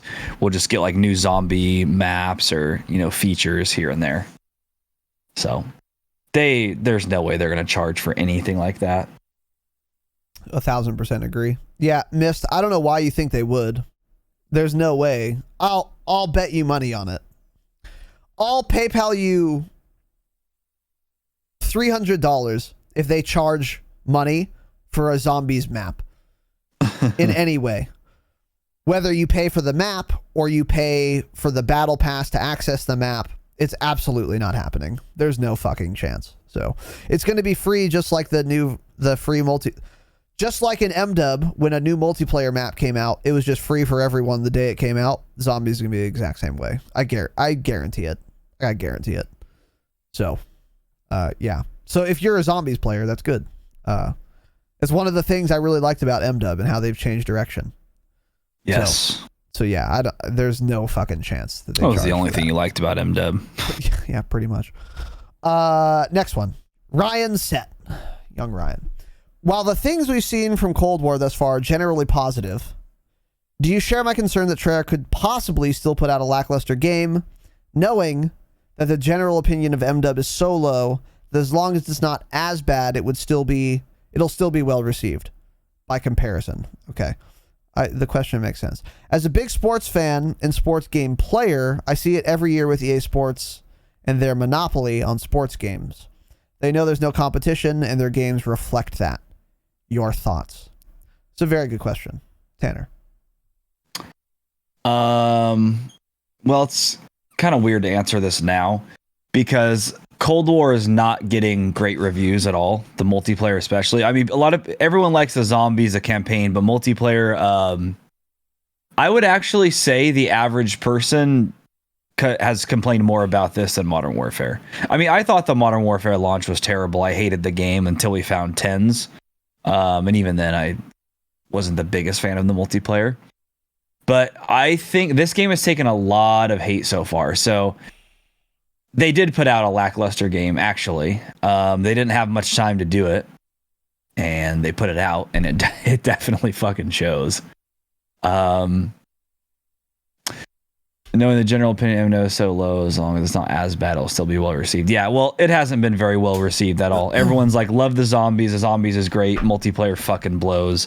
It's very unfortunate because I think we're going to lose, actually, no cap, like 75% of the player base once the new Warzone transition happens. Yeah. Mm-hmm. I would say like that's not even like stepping too far and saying, oh shit, 75. Like I would say at least 75% of the players are fucking gone. So interesting. Okay. I like this question. I don't think the game is lackluster, even multiplayer. I think it's just lacking maps. Honestly, there's not enough maps on launch. This is too few. It's too few for sixes, and it's way too few for combined arms. Mm-hmm. But the gameplay itself is like, I don't know, dude. Honestly, like, I've enjoyed this more than MW the entire time, and especially now since I've been absolutely banging the last 2 days. I'm having a fucking ball, dude. I'm having so much fun, way more fun than I had in MW. And more fun than I was having in MW, even when I was doing this well in MW multiplayer. By a significant margin. It's a better game than MW for sure, to me. So, I don't think I agree with Tanner that this game is lackluster, the multiplayer. I just think it's lacking multiplayer maps. But they'll get added, so I'm not like super concerned with that. And also, you said that the general opinion of MW is so low. Not really. I think you're of course a friend of the pod. You're on the Patreon, so you obviously fuck with this pod heavy. You post in Discord all the time, which we appreciate. So you're kind of in this like microcosm here where we just hate on MW 24/7. Now, obviously, we also hate MW. That's why everyone here hates MW. Because it's a shit game. But I think the general opinion of MW to the average fucking rat in the world of Call of Duty, thinks MW was like a good game. Now, those people are clinically insane, obviously. Oh, yeah, of course. But I think EA thinks that the general population liked MW. So they're going to try to like meet that bar or surpass it. I don't think that they're thinking everyone hates MW, so Cold War only has to be better, and that's not going to be hard to do because MW was so bad. I don't think they think that, because they're seeing all the money MW made, and they're conflating that with how good people think the game is. So, yeah, I don't know. And then with the EA Sports thing, I don't think that's fair to draw an analogy because there isn't a monopoly on shooters. Yeah, I was going to say that too. That's a good point. Like EA Sports literally makes the only like hockey game, right? Yeah. So like the NHL 2020 is just like shit or whatever because literally no one else makes games about hockey. So then of course they haven't changed it in literally 6 years. Right. Yeah. So that makes sense. But in this space, there's competitors for shooters. There's competitors for COD. I guess the biggest one would be Battlefield, right? But I know there are other competitors, right? There aren't any competitors that are like direct comparisons. No, but there's a ton of games out there still that would pull viewers away. Players, yeah. Yeah. Like Fortnite in its prime, things like that. Siege, PUBG in its prime. Yeah, exactly. But yeah, they're not like direct. They're not like a direct comparison to a Call of Duty game, But they would pull. Yeah, I see what you're saying. But their audience is still so similar that if one game does way better than the other, people will stop playing Call of Duty for the other one. I see what you're saying. I agree with that. So I don't think you need to worry quite about the EA Sports thing because it's not a monopoly, Call of Duty, but they're so big that people are going to buy their game no matter what. By the way, we are those people.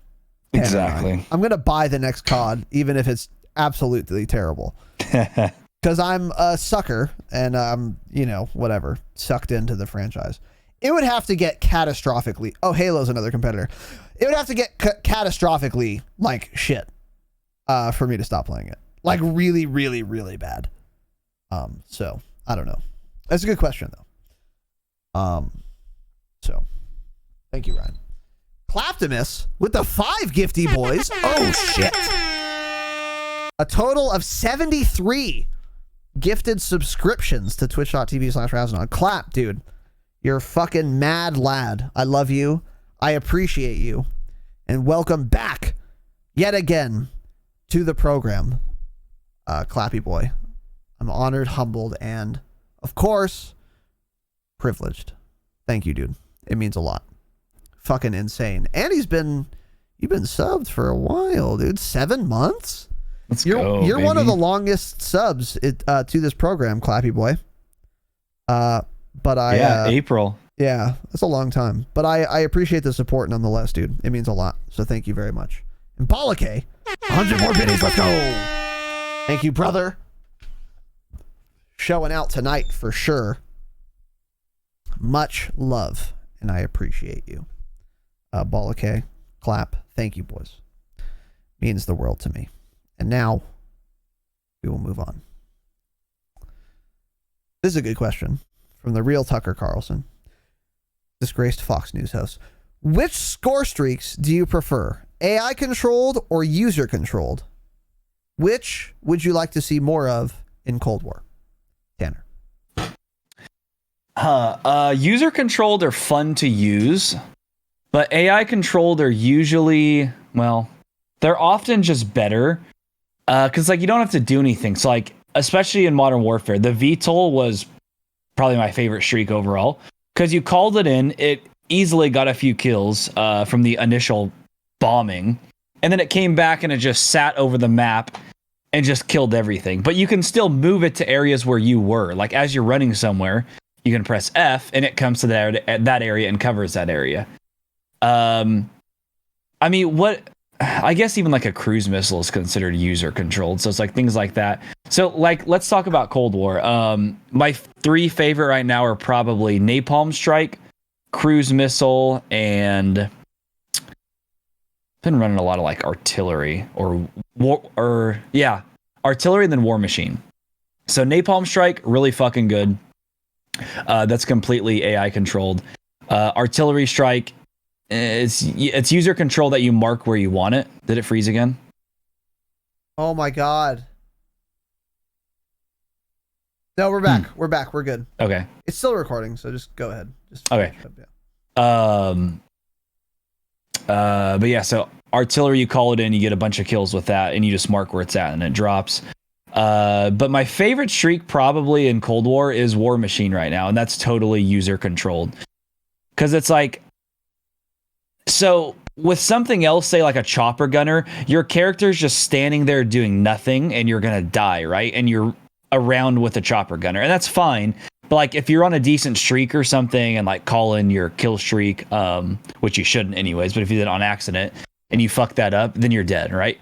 But with the War Machine, it's user controlled and it's like you're holding it. So you're like, it's full user control. It's just a gun that you have out. So I like to see a mix of both of them. And that's pretty much what I'm using right now. So I think the streaks are pretty fun in Cold War. Overall, I actually like them a lot. Yeah. I haven't tried some like the upper tier ones, like the VTOL gunship. I equipped VTOL once and I didn't get it, and then I unequipped it the next game. So you have to do really fucking well to get a VTOL or a gunship, which is good. Any mode. Because in Modern Warfare, every time I played Ground War, literally every single round, I could get a gunship, no problem. Well, it was kill chain, yeah. Exactly. So it was simple. Yeah. Mm-hmm. So I think in Cold War, it's easier to get the lower tier streaks, but it's a lot harder to get the higher tier streaks. Yes, absolutely. Absolutely. Agreed. So, let me see here. I prefer AI controlled because I want to play a first person shooter game. And that has been a theme of mine if you've been listening to this program for a long time. I like to play the first person shooter game. I like to point my gun at people and shoot my gun. That's the fucking reason I press join match, right? I don't want to, whatever, fucking gun people down from a helicopter. Now, so I prefer AI controlled easily. I want to flip a switch and then I'm done and it'll get kills for me passively because I can continue playing the first person shooter game. User controlled though, typically is way better for getting kills. Way better for getting kills. A perfect example of this is the Black Ops 4 Mantis. You would call in the Mantis and you could let it be AI controlled or you could control it yourself. Now, if you control the Mantis yourself, you'll get 5 times as many kills as if you let the AI do it. But the AI will still do a decent job. And if you're controlling it yourself, it's going to get way more kills. But then you're not going to be getting any kills with your gun. And more importantly, you're not going to be playing the first-person shooter game. So, if you wanted to, like, boost your stats, pick all the user-controlled ones. Chopper Gunner, VTOL, cruise missile, artillery, napalm. These are all better for getting, like, higher kill games, for sure. But AI-controlled, I prefer because I don't care that much about my stats. And it's not that impactful usually. And what's it called? It's just, it allows me to play the game more. Which would I like to see more of in Black Ops Cold War? Both. I feel like there's not enough streaks in this game. Maybe there are. I don't know. It doesn't matter. But good question. Next one. Chewy. Okay. Because of the pandemic, SARS-CoV-19, whatever. I feel that a lot of us have several masks. What's your go-to mask? Also, do you guys believe UFOs? Oh my God. If so, any first-hand experiences? Okay, Tanner, you're up. Be careful. Easy. What do you mean easy? Black helicopters? Go ahead. My go-to mask is a plain black cloth mask. That's what I use. Nothing else.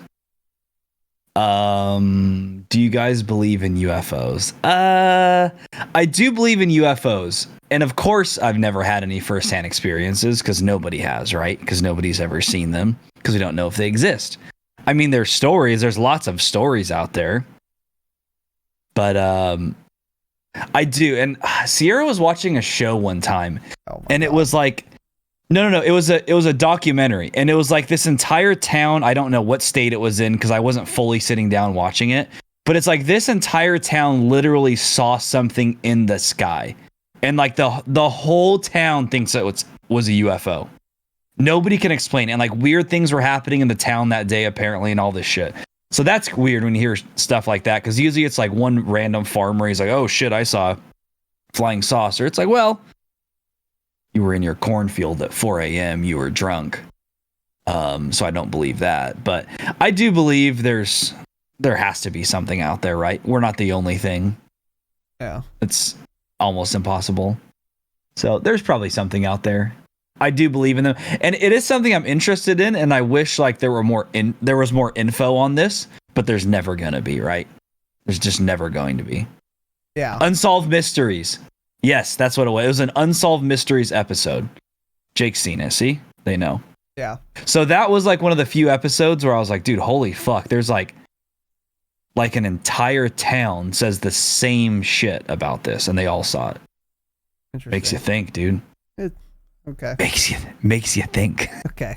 You're molding. I can't wait to hear what you have to say about this. Well, it's not that interesting. So what's my go-to mask? I've used a mask like 3 times. I don't leave my house. So my go-to mask is whatever I see first I put on my face. I don't care. I do not care. And these fashionistas, by the way, if you take a profile picture with a mask on, kill yourself. In game, of course. Like, what are you doing? You virtue signaling to your fucking Twitter feed? No one takes a picture of themselves with a fucking balaclava on and puts it on Twitter. But they do it with face masks so that they can say, I fucking believe in COVID-19. I'm so virtuous. Suck my cock, actually. So I don't care about masks and whatever. It doesn't matter. Do I believe in UFOs? Okay, UFO means unidentified flying object. I believe there are things that fly that are not identifiable to the person who sees them. I see UFOs every day because I don't know what the fuck that thing flying is. Is it a Chinese airliner? Is it an American airliner? A Russian airliner? I don't know. I can't identify it. It is an unidentified flying object. Does that mean it's a fucking Martian? Absolutely fucking not. It doesn't. Well, absolutely it is. Not. So UFO means a Martian. Okay, so here's the point. Do I believe in aliens?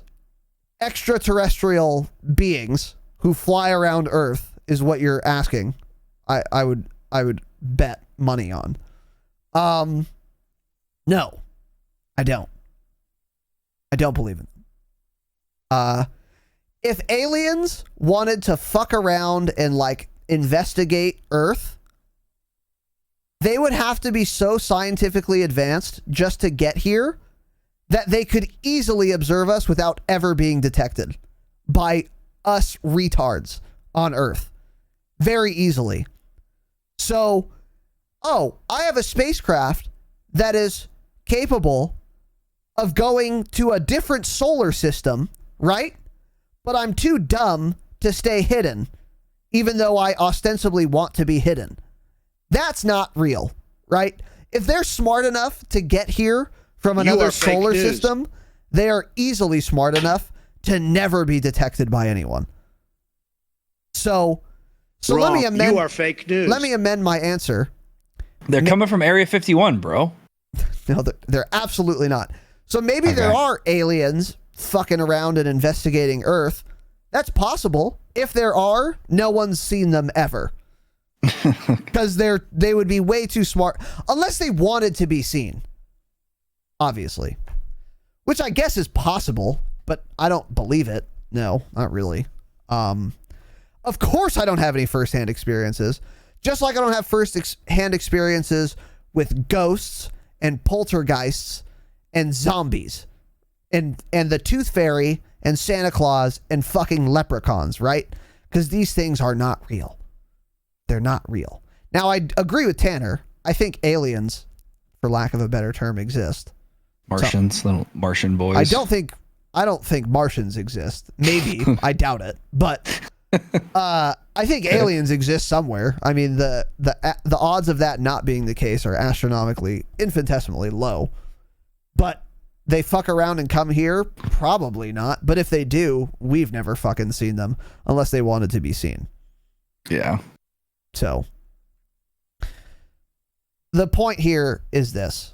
If you think you've seen a UFO and that if you think you've seen an alien spacecraft, hey, dude, you're probably wrong, right?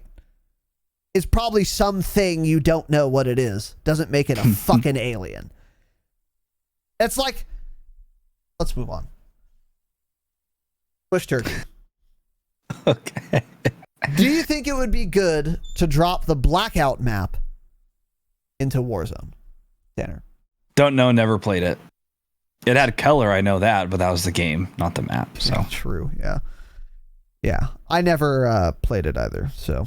I would take any different map for Warzone at this point than the one there is, so yeah. Sure. We'll say yes. Yeah, it would be good. It would be good because it would be variety. So yeah, I agree with Tanner on that topic. So yeah. But yeah, I've never really played it either. So Notoriety with the resub. Legacy, 500 biddies, and Chop Suey, 100 biddies. Let's go. Thank you, boys. I love you. Yeah, Notoriety, the notifications do not go away ever. It is annoying, but I appreciate you resubbing. So is mine just getting ignored or what? I'm not kidding. I literally don't see yours. Did you see it? Okay. So for everyone wondering, I guess don't buy merch through the merch store that gives you an alert on stream because Raz doesn't pay attention to those alerts, right? That was a long time ago and you bought a mug. Well, it was 45 minutes ago. I bought a mug and a t-shirt. Okay. Hey, Tanner. So thanks pay me buying, for half of that. Yeah, exactly. Thanks for buying something that you're going to get your own cut on, you fucking idiot. Actually, so dumb. But get scammed. Notoriety, thank you. Legacy and Chop Suey, thank you, boys, as well. Appreciate the biddies and the resub. Yeah, Leg, have a good night, brother. Thanks for stopping by. Sorry that we've gotten to this late, but have a good evening, young man. Thank you all very much. Let's move on. Feasible Relic 66. Change it. What's up? New to this community and Call of Duty. Not anymore, because you asked this in September. Why is COD chat so toxic? Good question. I love you guys and this shit game. Can anything be done to change this? I mute everyone right away because I hate bullying. Okay. Prepare to be bullied. Tanner, your thoughts? I mean, it's an average online gaming community. I don't think Call of Duty is necessarily more toxic than another game. Mm-hmm. You know what game is more toxic? Go play CSGO and random queue competitive. Like, those kids fucking get so mad. If you like lose a 1v1 or something, your team talks the most shit on you. So, like, this game is just a bunch of dumb little kids like dropping racist terms and shit all game long. Yeah. I mean, they're not even like that. Well, they're toxic children for sure. But if you go play a game like CSGO, like, you'll actually leave crying after that because you're so sad because they made fun of you and they actually hurt your feelings because you're shit at the video game and they made sure you know that, right? So, yeah. And I'm sure there's a lot of nerdy games out there that I don't play that it's even worse on. So it's average. Everyone's like, oh, Call of Duty game chat. It's an online video game full of teenagers. Of course, it's toxic. Can anything be done to change this? Yeah, turn off voice chat if you're that concerned about it. If you hate bullying, you bitch. I don't know. Imagine Imagine getting bullied on the internet. Just mute, dude. It's pretty fucking simple. Bully them back. They're children, dude. I was in a lobby with this kid yesterday, and he was dropping the hard R. I'm not kidding. We played combined arms. I heard the hard R dropped by him probably 25 times, not exaggerating. Every time he would die, he would make sure to call, like you can tell, like he had just died, and it was showing the kill cam, and he would always yell something. Always, every single time. He said, "You stupid blank." I mean, this kid was furious. I remember you telling me about holy that. shit. Yeah.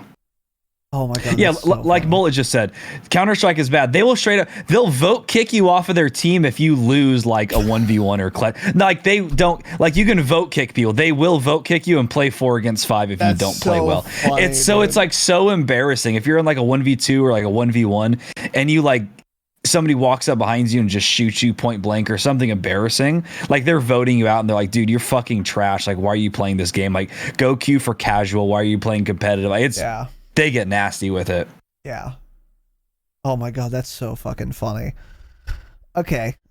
Yeah, why is Call of Duty chat so toxic? It's because people who play Call of Duty are typically males aged probably 14 to like 20. And these are the most frustrated human beings on planet Earth because they desperately want pussy and none of them are getting it. So they have to they have all of this pent up rage and frustration that they take out on random people on the internet through the only vehicle that they have where they have some amount of power in their eyes. They don't. It's Call of Duty. And they'll like bully you for like whatever, being shit. Or if you do better than them, then you're a sweat and that you can't win. No matter what, you'll be insulted. It doesn't matter. So it actually says a lot less about Call of Duty specifically and a lot more about males age 14 to 20. They're shit. And if you give them anonymity, they're going to be more shit. That is not Call of Duty's fault. That is just boys' fault. So, yeah. Can anything... I love you guys in the shit game. Thank you. Can anything be done to change this? No. Boys will be boys, as they say. You're not gonna make you're not gonna make some horny 15-year-old kid who jerks off 9 times a day and is real mad about it because he's getting friend zoned by his fucking best friend who he texts and listens to her vent about her boyfriend being mean to her 3 times a week. You're not going to make that guy not toxic. It's not possible. And there's certainly nothing the game can do to help that in my view. So as Tanner said, muting everyone as you do is the correct play. And also you shouldn't care what people on a video game say to you. It doesn't matter. They don't know who you are. So I don't know, man. Just remember that what people say to you online who don't know you says nothing about you and everything about them. So obviously, because they don't know you, so they can't insult you accurately. And if they do, it's because they guessed it.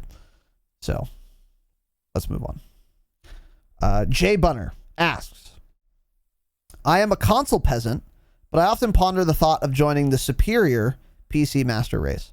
I'm left-handed, interesting, but have always used a mouse in my right hand.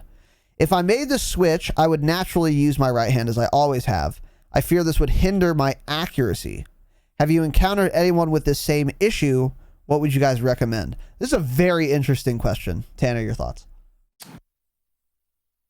I've never seen anyone left-handed try to like use their left hand or anything. I mean, you can do it. It can technically be done, but I've never seen anyone do it. So it's obvious they just all default to playing right-handed with a mouse. So I would think for sure that you would be way less accurate. But I mean, like say like you're our age or something, if you started using computers like at school and stuff from when you were in second grade, first grade basically, something like that. Like you were just always using it with your right hand, so maybe you'd just be completely used to it at that point. But I can't imagine now, like even like holding my mouse with my left hand. Oh my God, my KD would be 0.3 for sure. Yeah. So that'd be rough. So no, I haven't encountered anyone with that because I think I think you got to just keep it in the right hand and go along with it, buddy. Mm-hmm. I mean, like you said, if that's how you use your computer normally, then you just have to get used to it. Probably you could be more accurate with your left hand, but I've actually never seen anybody do it. So yeah. My best buddy, Michael Joshua McCoy the 13th, is left-handed. But the reality is, dude, you live in a right-handed person's world. So you probably use your right hand for more shit than you think you do, because things are designed for people who are right-handed. So left-handed people are always more ambidextrous than right-handed people, because society and all of the things we use in society have forced you into using your right hand way more than right-handers are forced to use their left hand. So in the case of my friend Michael, who has played like FPS on computer, he just kept it in his right hand and it's fine. Because you're probably more adept at using your right hand than you think you are. And especially, like you said, if you've been using a mouse in your right hand for 20 years, you're never going to get benefit out of going to your left hand. And also, mice are designed for... I know it disconnected, but we're recording. I'm going to keep answering. Mice are designed for right-handed people. Or they're ambidextrous mice, which means that they are like the same on both sides, but the mouse buttons are always on the left side of the mouse. And if you use the mouse with your left hand, then you will not be able to access those buttons, because you have to use your thumb to access those buttons, meaning you have to use the mouse in your right hand. So there's no way around it, but even if there were, you wouldn't want to anyway. You're going to be fine with your right hand. So the reality is, if you switch to PC, your aim is going to be shit for a while, but even right-handed people who switch to PC, their aim is also shit for a while. It's not because it's not your dominant hand, it's just because it's going to be your first time playing an FPS on computer. It will be no different for you. It's not going to be any added hindrance, the fact that you're left-handed. So using your right hand, practice, you'll get good at it. I wouldn't worry about it at all. And you're going to have no more difficulty than a right-handed person would, is what I would say. So that's a good question, though. But yeah, you're probably more ambidextrous than you think. Next question here. Steel Switch. The return of good old Steel Switch, dude. We've gotten our first Steel Switch question this evening. I just played a bit of the alpha. This is dated. Yes, I am a console sectarian. Okay, that's a big word. And one time that stood out while reconnoitering. I've never seen that word before. In the abyss of the Armada map. Okay. I could ADS and reload my primary. How do you feel about this mechanic, or would this be a don't care? It's actually a good question. You know how you can like do a mag switch while you're ADS'd without un-ADSing? Yeah. That was possible in MW, and it's possible in Cold War. It was not possible in the vast majority of Call of Duty games. I think MW was the first one. In BO4, if you had a sight loader on a sniper, you could do it. But you had to have that attachment. By default, you could not reload while ADS'd. But anyways, that's a thing now in MW and in Cold War. How do you feel about the mechanic, or is it a big don't care? I'm okay with it. It's not that I like really like it or I don't. I'm just okay with it. It's just I'm so used to playing Call of Duty and not ADSing while I'm reloading that I usually just don't. Like I will come out of ADS to reload and then I'll aim back in. Like even if I don't have to, that's usually what it is. The same thing goes for sniping. Like often even between sniper shots, I will unscope and then I'll ADS again right after when I reload. And it's actually just because I'm so used to that from playing like Call of Duty 4 and stuff, because that's how it was. You would fire and you wouldn't be scoped up anymore until you load that next round on a bolt action. Yes. So I'm so used to that. That's usually how I play. So it's just that type of thing. So I like it, actually. I really like how MW did that, and I like how Cold War has it too. I mean, I use it at times, but I'm almost just so used to the other way. It doesn't really matter too much to me. At the end of the day, it almost doesn't matter. It does for snipers, or if you have a sniper scope, because you can like stay on your target. But if it's just like an AR or an SMG, it doesn't really matter. I mean, it like ADSing, it's not like you can shoot obviously while you're reloading. So it's like you're still aiming down sights, but you can't do anything with it. You're just looking. So it doesn't really matter. Yeah. But it's a cool feature. Yeah. Yeah, exactly. It's not like you can shoot anyway. So the reality is, I don't ultimately care, but also it's bad to do that anyway. You want to have more peripheral vision while you're reloading. You don't want to be like myopically fucking zoomed in on one particular sight line that's like far away, because what if someone runs up behind you? Like, so even if you are capable, if the game allows you to reload while ADS'd, you shouldn't, because you want to maximize your field of view and then start reloading so that if someone sneaks up on you, you can switch to your secondary and kill them. And if you're just ADS'd while holding a sight line, you won't see them there and then you'll die. And as Tanner said, there's no benefit, because if someone appears in your sight line while you're reloading, ain't shit you can do about it anyway, because you're fucking reloading. So there's just almost never a reason to do it. The only exception, as Tanner said, is if you're sniping and you're holding a sight line or looking at a sight line that's super far away and you don't want to lose track of someone. In that case, it makes sense to stay ADS'd while you reload. So it's cool that the feature exists so that snipers can do that. But in every other case, I would say it doesn't matter, and you actually shouldn't do it anyway, unless you're sniping. So interesting. I agree with that, though. Yeah. Next question here from Tier. He said that's not his name, but that's how it's being pronounced. That's it. Yeah, that's his name. That's your name now. So, how much longer do you think it will be until you will be able to quit your job? We all know it's inevitable. Okay. Tanner, your thoughts? I don't know. I think like a couple months back, we were thinking it could be sooner rather than later, but I don't know. It's hard to, I mean, I was hoping sometime in like the next 6 months, but it's very hard to say. I don't know.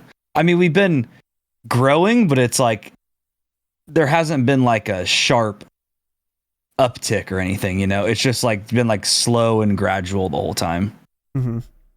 So I don't know. I think it's still a ways off, honestly. I mean, it's even just like when things come up like the website stuff Casey was talking about earlier. It's like that couldn't be done if we were just doing this, basically. Exactly. It's like you could technically pretty much quit now if you want and like have enough to get by and like do most things, but it just wouldn't be smart. It wouldn't be the best play there at all. So yeah. I think we got to write it out. I mean, mine's gotten a lot better because now I only work 4 days a week. I work 4/10. So I just had my first week of doing that, and how was that? It's done now. It feels exactly. I am fucking tired today. I'm very tired. Sorry if I sound tired. It's because I am. Like last 2 nights, I went to bed way too late. I went to bed at like 1:30, 2 o'clock. You know, woke up at 6:50, worked 10 hours, then got straight on here. So I'm pretty fucking tired tonight. But like when you're actually working and doing it, an 8 and a 10 feel exactly the same. So it doesn't really matter too much. I would still take the 3rd day off every week. So I'm okay with it. Yeah. And then it's like next week, because I get paid for Thanksgiving, I only have to work 3 days next week. So that's cool. Ooh, true. Yeah. So I'm a big fan of that. Mm-hmm. Yeah. Yeah. Do you have anything else to add? Sorry. No. Okay. So, okay. I don't know if it's inevitable, honestly. I mean, it appears that way based on the trend right now, but who knows? Things happen. Shit's weird. I don't know. Anything could happen. So I wouldn't say it's inevitable. I would say it's probably more likely than not, though. But again, like as Tanner said, I could have quit 3 months ago, and I would be fine. Like I'd be able to pay all my bills because I live with my parents, and like still have exactly, and I still have money left over. But like the website is a perfect example Tanner raised. That's a lot of money, and like what we make from stream and Patreon is just not enough to cover that. So I'm glad that we're still working our jobs so we can like, use that money as well. So I would say the only income that we could like rely on pretty steadily would be the Patreon at this time. So patreon.com/the Dropshot, 4 bonus episodes per month. It's only $5 a month. So, sign up now. If we had like pretty good money coming in from the Patreon every month, then I would quit my job. Then we would quit our jobs. Because then we could have like people come and go from the Patreon, but every month so far, it has been like more and more people. And thank you all for that. And we really appreciate it. And it helps a lot. So like once we meet like a certain threshold on the Patreon, which I think we've talked about, we would feel comfortable quitting our jobs, because then we would be making enough money to where we would be able to pay our bills and also be able to reinvest in the program, whether that's new equipment, website, and other shit like that you just can't foresee. Everything always costs more money than you think it will. So we would just want to have like a lot of overhead there before we like threw away our jobs, because like we work good jobs. Like I don't make that much money per hour. I make like $15-30 an hour. Tanner makes more than that. But we also have, like in my case, I have a 401k. I have full health insurance. I have dental insurance. And I have like vacation time that's paid for. So like I'm going to get Thanksgiving and Friday off, and I'm going to get paid. Oh, you get Friday off? Yeah, I get Thursday and Friday off. So I have a 4-day weekend, and I'm going to get paid for 16 hours of work, and I'm going to be fucking beating off or asleep for that time. Like these are things I'm not just going to hastily like throw away. Like it's a good job, especially in today's economy, particularly with COVID. Like working full time with full benefits and a 401k is actually like not the easiest thing to find right now, especially right now. So I'm not super anxious to just fucking piss that away, at this time. I want to, because then we can make way more fucking content and stuff. But before we do that, we're going to have to be making a lot of like steady income that we can rely on. And as far as I can tell, the only thing that I'm comfortable like relying on and like categorizing as pretty steady is Patreon. Because we see almost all of that money, and it seems to hold pretty steadily. And again, thank you guys, because that's all you guys. So yeah, we would quit our jobs when the Patreon was probably 5 times as big as it is now. Is when we would both be making enough money to like quit our jobs. That's what I would say. So dang. Patreon.com/the Dropshot. Patreon.com/the Dropshot. 4 bonus episodes a month plus more goodies. Real quick before we move on, Nicomas, a name I haven't seen in years, with the 6 months. Let's go. Welcome back, young man. Good to have you here. 3 more months till we have our baby. What should we name it? You should name it subscribe to the Dropshot Nicomas surname.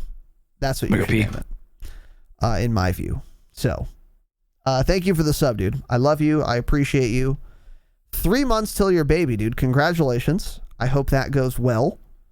And it's good to see you again, brother. Welcome back. How much does my company match for the 401k? They match 100% of the first 3% and then 50% of the next 2%. Which sounds kind of complicated, but it makes sense for them to do that. But roughly speaking, 5%. Not quite 5%, but if you know math, then what I just said makes sense. But yeah, I put in 5%. So they match to some degree all of that. And then I don't put in any more. And of course I do it in a Roth IRA because I'm in the lowest income bracket there is right now. So I'm never going to pay more taxes. Or excuse me, I'm never going to pay fewer taxes than I do right now. So obviously it's a Roth IRA. So I just pay as little tax on it as I can now. And then when I retire, hopefully my income is a little more. Or whenever, I don't know, when I would withdraw it.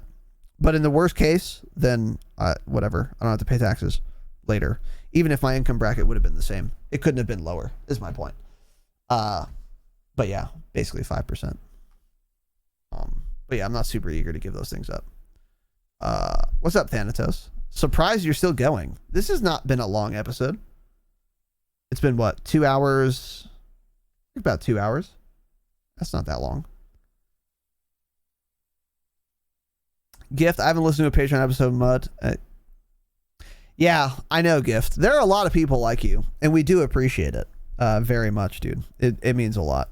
That is, of course, the best way to support the program is the Patreon, for the reasons we mentioned. But yeah, you should listen to the episodes, though, Gifty Boy, and you should stop by the Hangouts if you can.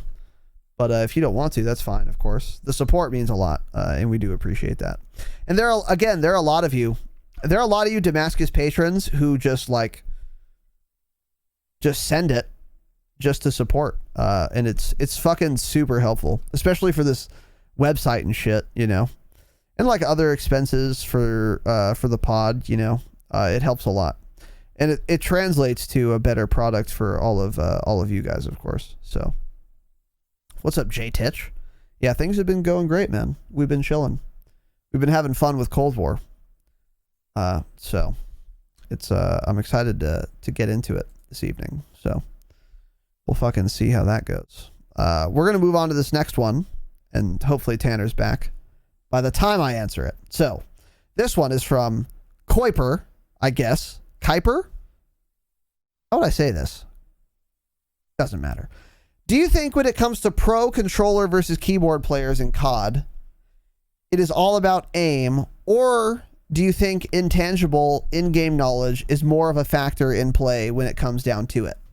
Because at the pro level, controller or keyboard, everyone shoots as straight as an arrow. So do you think pro controller players would still have a leg up because of the in-game factors they've learned playing competitively for so long? Or do you think the aim ceiling for keyboard is just too much? This is a very good question. It's well written. It's well thought out. So I would say this. If you're on a controller, just because CDL's been controller for the last fucking 10 years, obviously you have more experience, so your in-game knowledge is going to go a long way.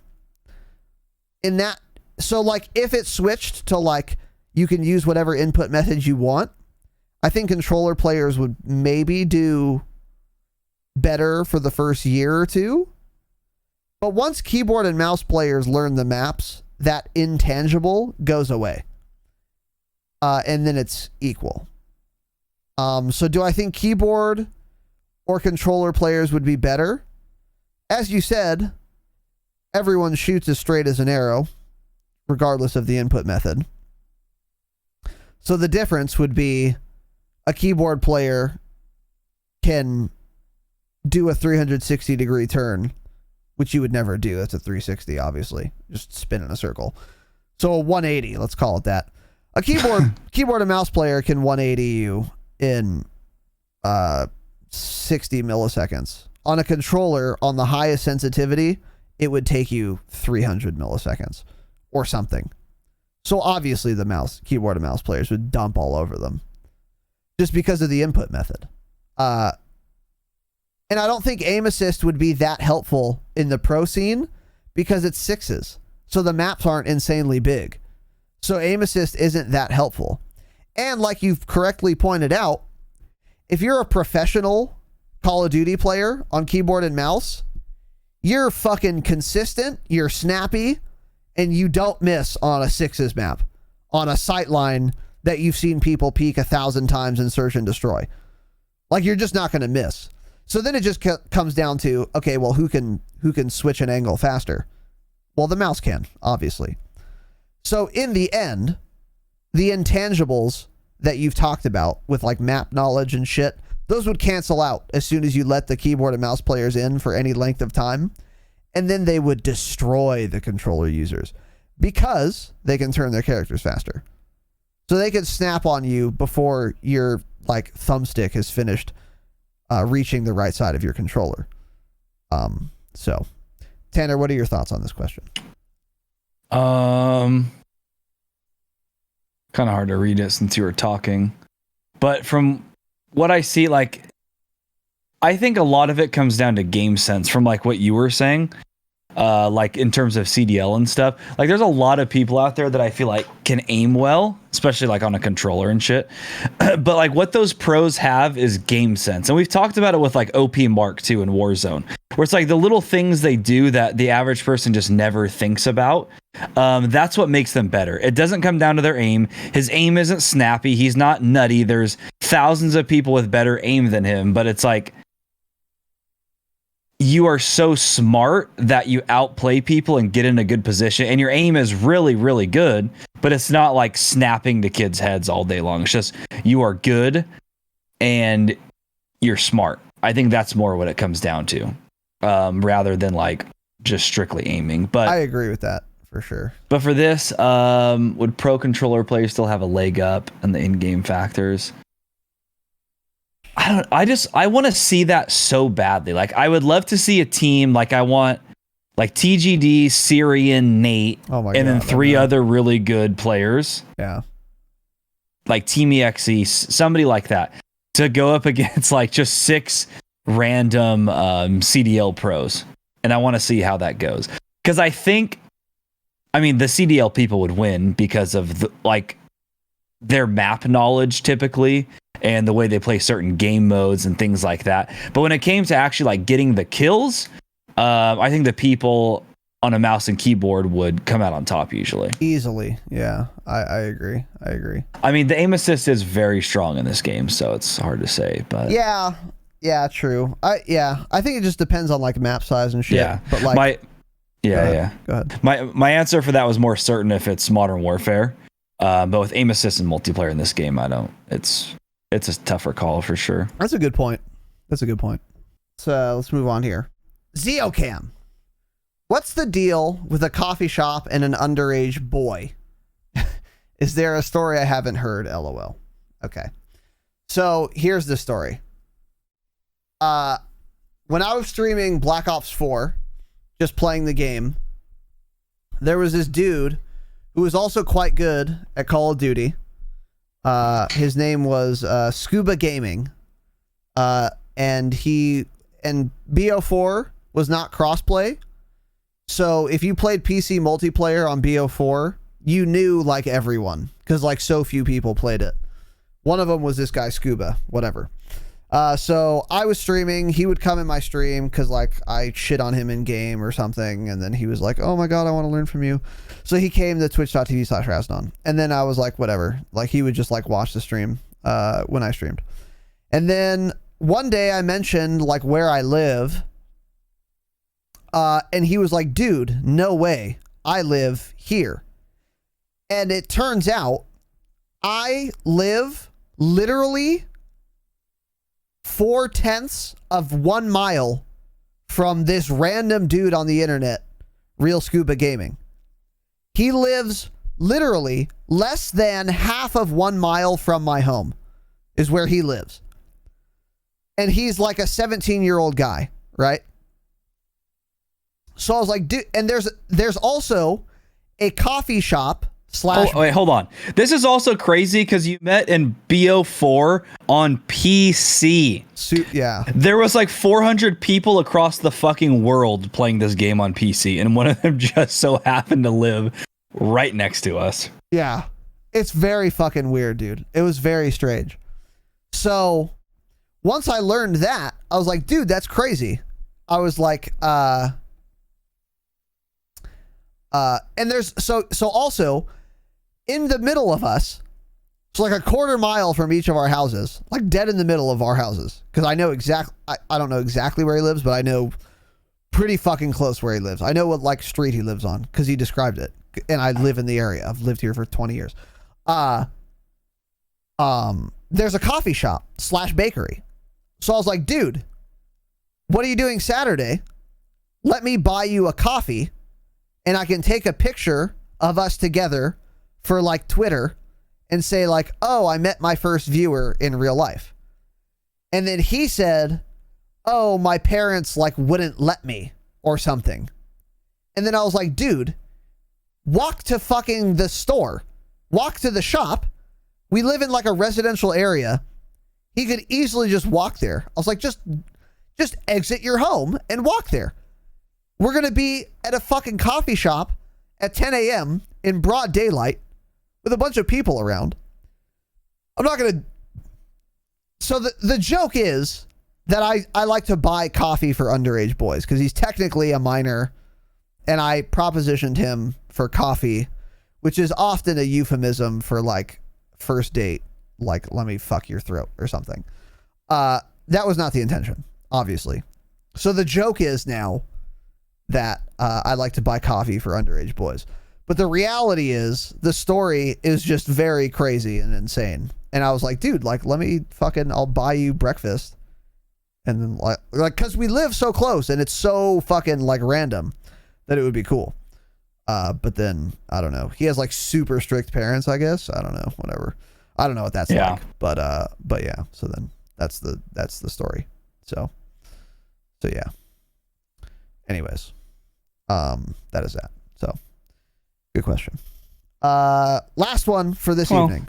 It's not a good question. It's a question. So it's a question for sure. From Milldog0925, change it, also known as Millie.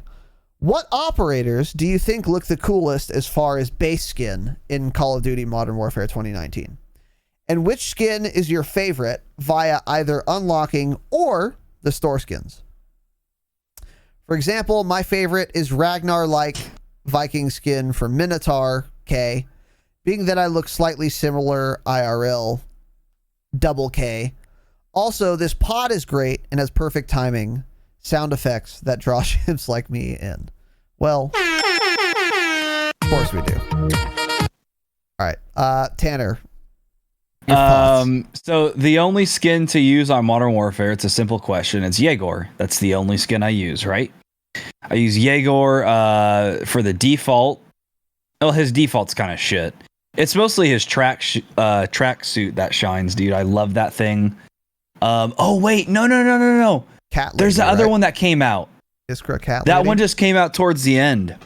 What is her name? Who's that for? Isn't it? Iskra, I think. Whatever. It's the cat suit. It's cat tights. There's kitten faces all over it. That's the best skin in the game by far. So Yegor is a close second with the tracksuit. And of course Mara's because of Mara, because of Mara's fat ass. What's on her? Yeah. Mara's chest. Mara's huge fake tits, yeah. Yeah, huge one. Some people think they're real. Those people are stupid. Those people are fucking dumb. Those people are stupid or they're virgins. dumb.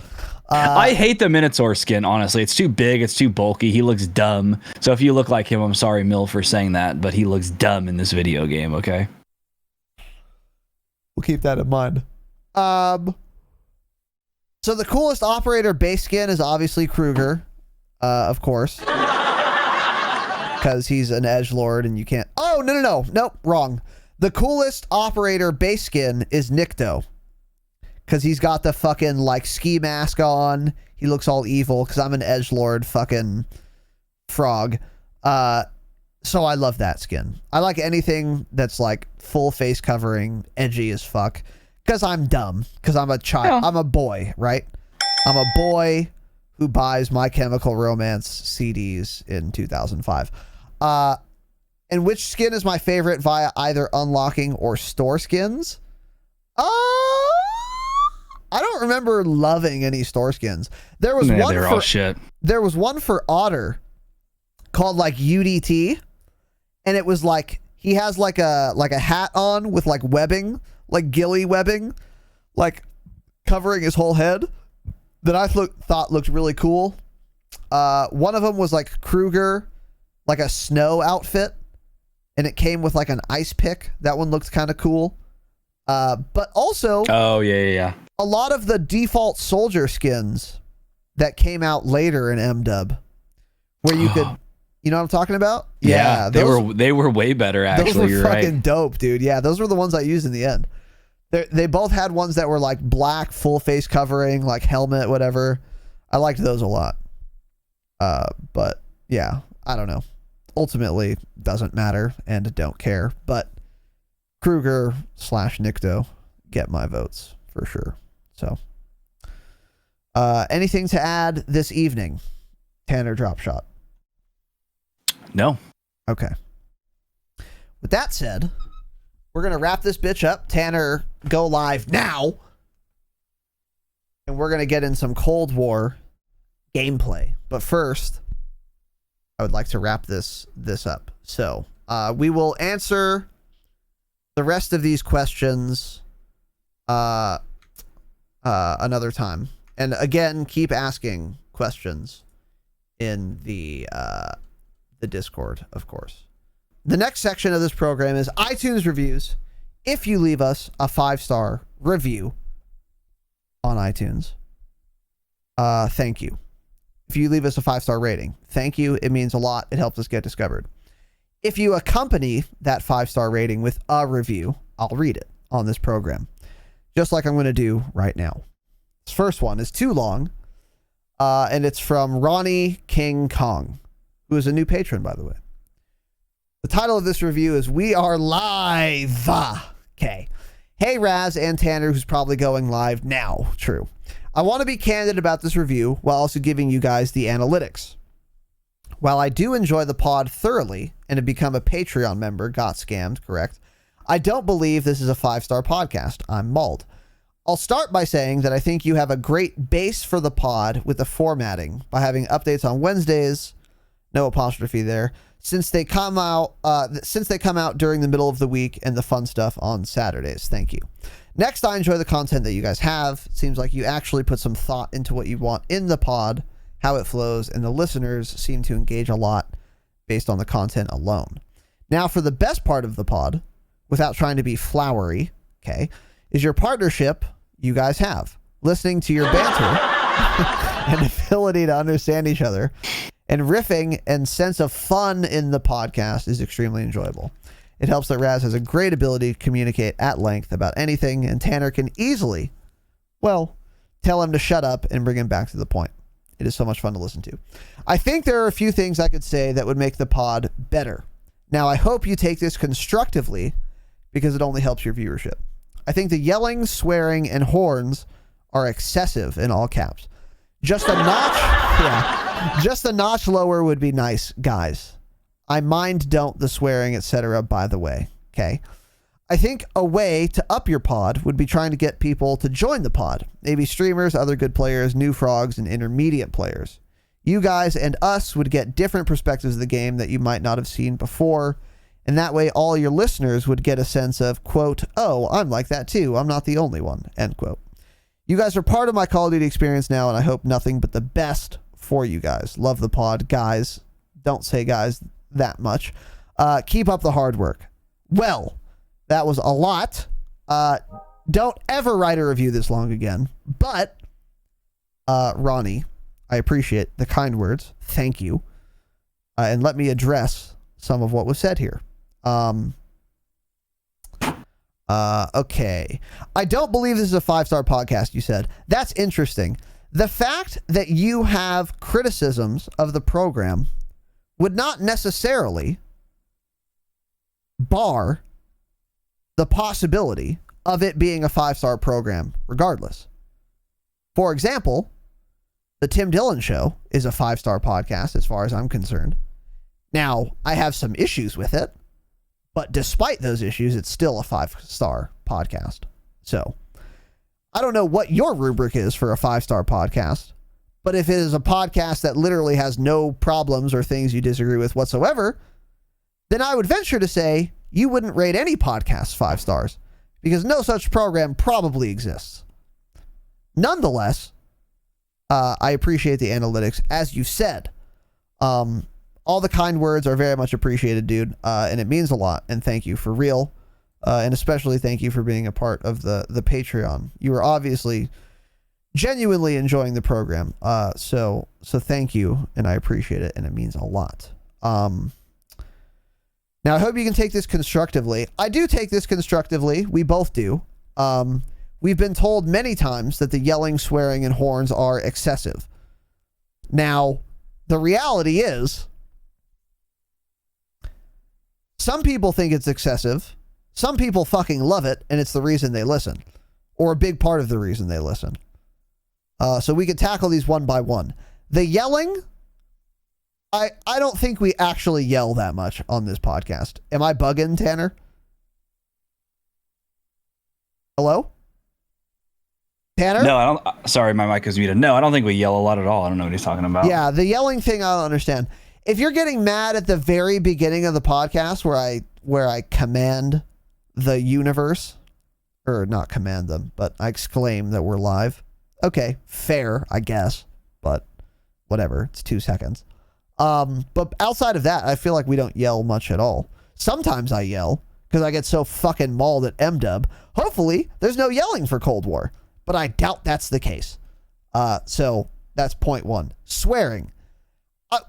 We don't swear more than we normally do. The degree to which I swear on this program is exactly the same as how I just talk in real life. Tanner can attest to this. Gabriel Saul Perez can attest to this. I just swear a lot. So if that is whatever, not to your liking, sorry, I guess. But I don't this is not a show. Like, I don't talk differently on this podcast than I do in real life. This is just how I talk. I swear a lot. True. I swear a lot. Now, I do know people who swear too much, but these are people who have a very limited vocabulary and they just say fuck for every other word. I don't do that. But I do cuss a lot, just not in that way. So, I don't know. But yeah, I'm absolutely not going to change how I speak for the podcast. I'm not suggesting that you're suggesting that, because it's pretty clear that you're not suggesting that. It's actually not that clear, but anyways, it's not happening. And the horns are excessive. Yeah, sure. I don't know. I experimented with doing them less, and then I got a fucking actual revolt in Discord. Yeah, we did. Yeah, like, remember we had that experiment for one episode and people were so fucking mad. So we're back to our regularly scheduled horn programming. So, regardless, though, I do take it constructively. I understand you're trying to help, and I appreciate it. So thank you for the kind words. Thank you for the suggestions. I will take them under advisement, genuinely, sincerely. At this time, nothing will be changing.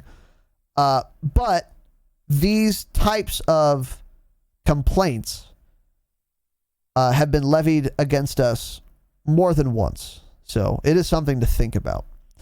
And we appreciate, again, the constructive criticism. And I'm not mad that you did that. So anyways, very kind review. Obviously a lot of thought put into this, and I appreciate it, Ronnie boy. So thank you very much. And also, of course, for the analytics, you stupid bitch. As for getting guests on the program, we plan on doing that. But again, that's kind of something that's like a full-time stream kind of deal. Because I would want to do, in the future, my ideal would be to do interviews of like God King streamers. Because I think we could get quite a few of them now, actually. I'm actually certain of that. we could get us a couple pretty big names on this podcast. Yeah. Ideally, we would have that as a third episode. Like, we wouldn't replace a Saturday. We would just do it another day, and it would just be like a bonus that's for everyone. But again, that's something we just don't have time for right now. So patreon.com/thedropshot. But anyways, thank you again, dude. This next one is from Mojo Rising. Change it. Godspeed Brothers is the title of this review. Always been a filthy casual with Call of Duty, but listening to this podcast helps a bit with actually putting effort into getting better at these games. You guys are doing great with this pod, though. Really loved being told that I didn't actually enjoy MDub. I kept giving it so many excuses because I wanted to love it so badly. Looking forward to more insight from you guys for Cold War, though. You're doing God's work out there. Yeah, Mojo. If you listen to the first couple episodes of this program, you will hear us doing the same thing. Like making excuses for MDub, saying, I promise it's going to get better. It didn't. So I'm glad we could help you come to that realization as well. But nonetheless, I appreciate the kind words, Mojo Rising, change it.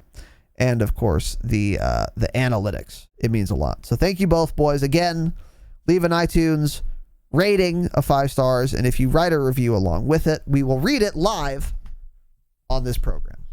So that is just about it. Anything else you wanted to add, TDS? No, I don't think so. Okay. Thanks for the questions, boys. And you are live. Mm-hmm. Okay.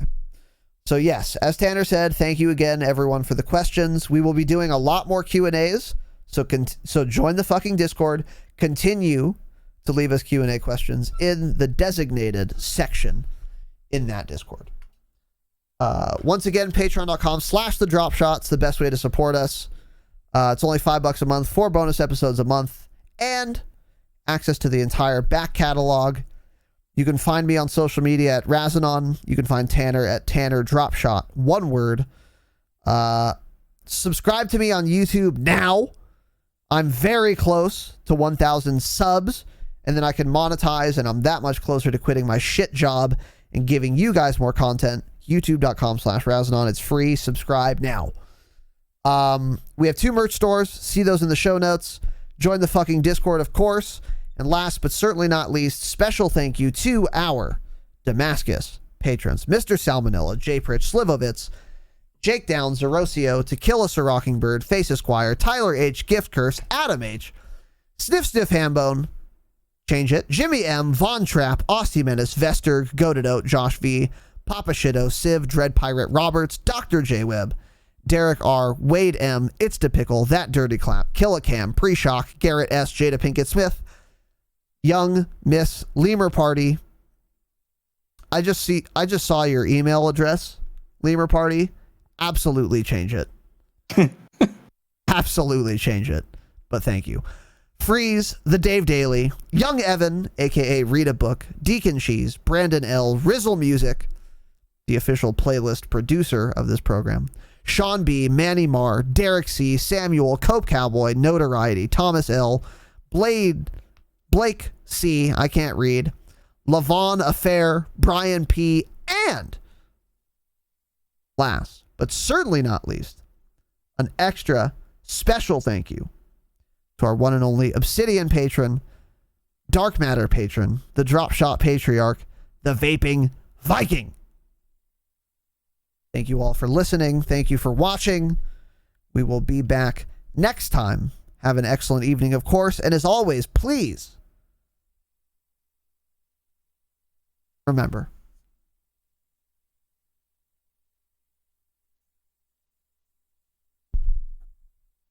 stay humble. Jesus fucking Christ, bro.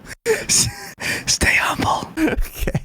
I thought you passed out. Thanks for watching this episode of the Dropshot, a Call of Duty podcast. Be sure to like and subscribe because in addition to full episodes like this, we've also got clips from the show, as well as gameplay breakdowns and more on the channel. The show is streamed live on twitch.tv/Razinon every Wednesday and Saturday at 7 p.m. Pacific time. So give us a follow over there, make sure to turn on notifications, and you can chat with us live during the podcast. And of course, we are available wherever you listen to podcasts. Just search for the Dropshot on your favorite podcast app and make sure to give us a follow. Thanks for watching, guys. We'll see you next time, and as always, remember, stay humble.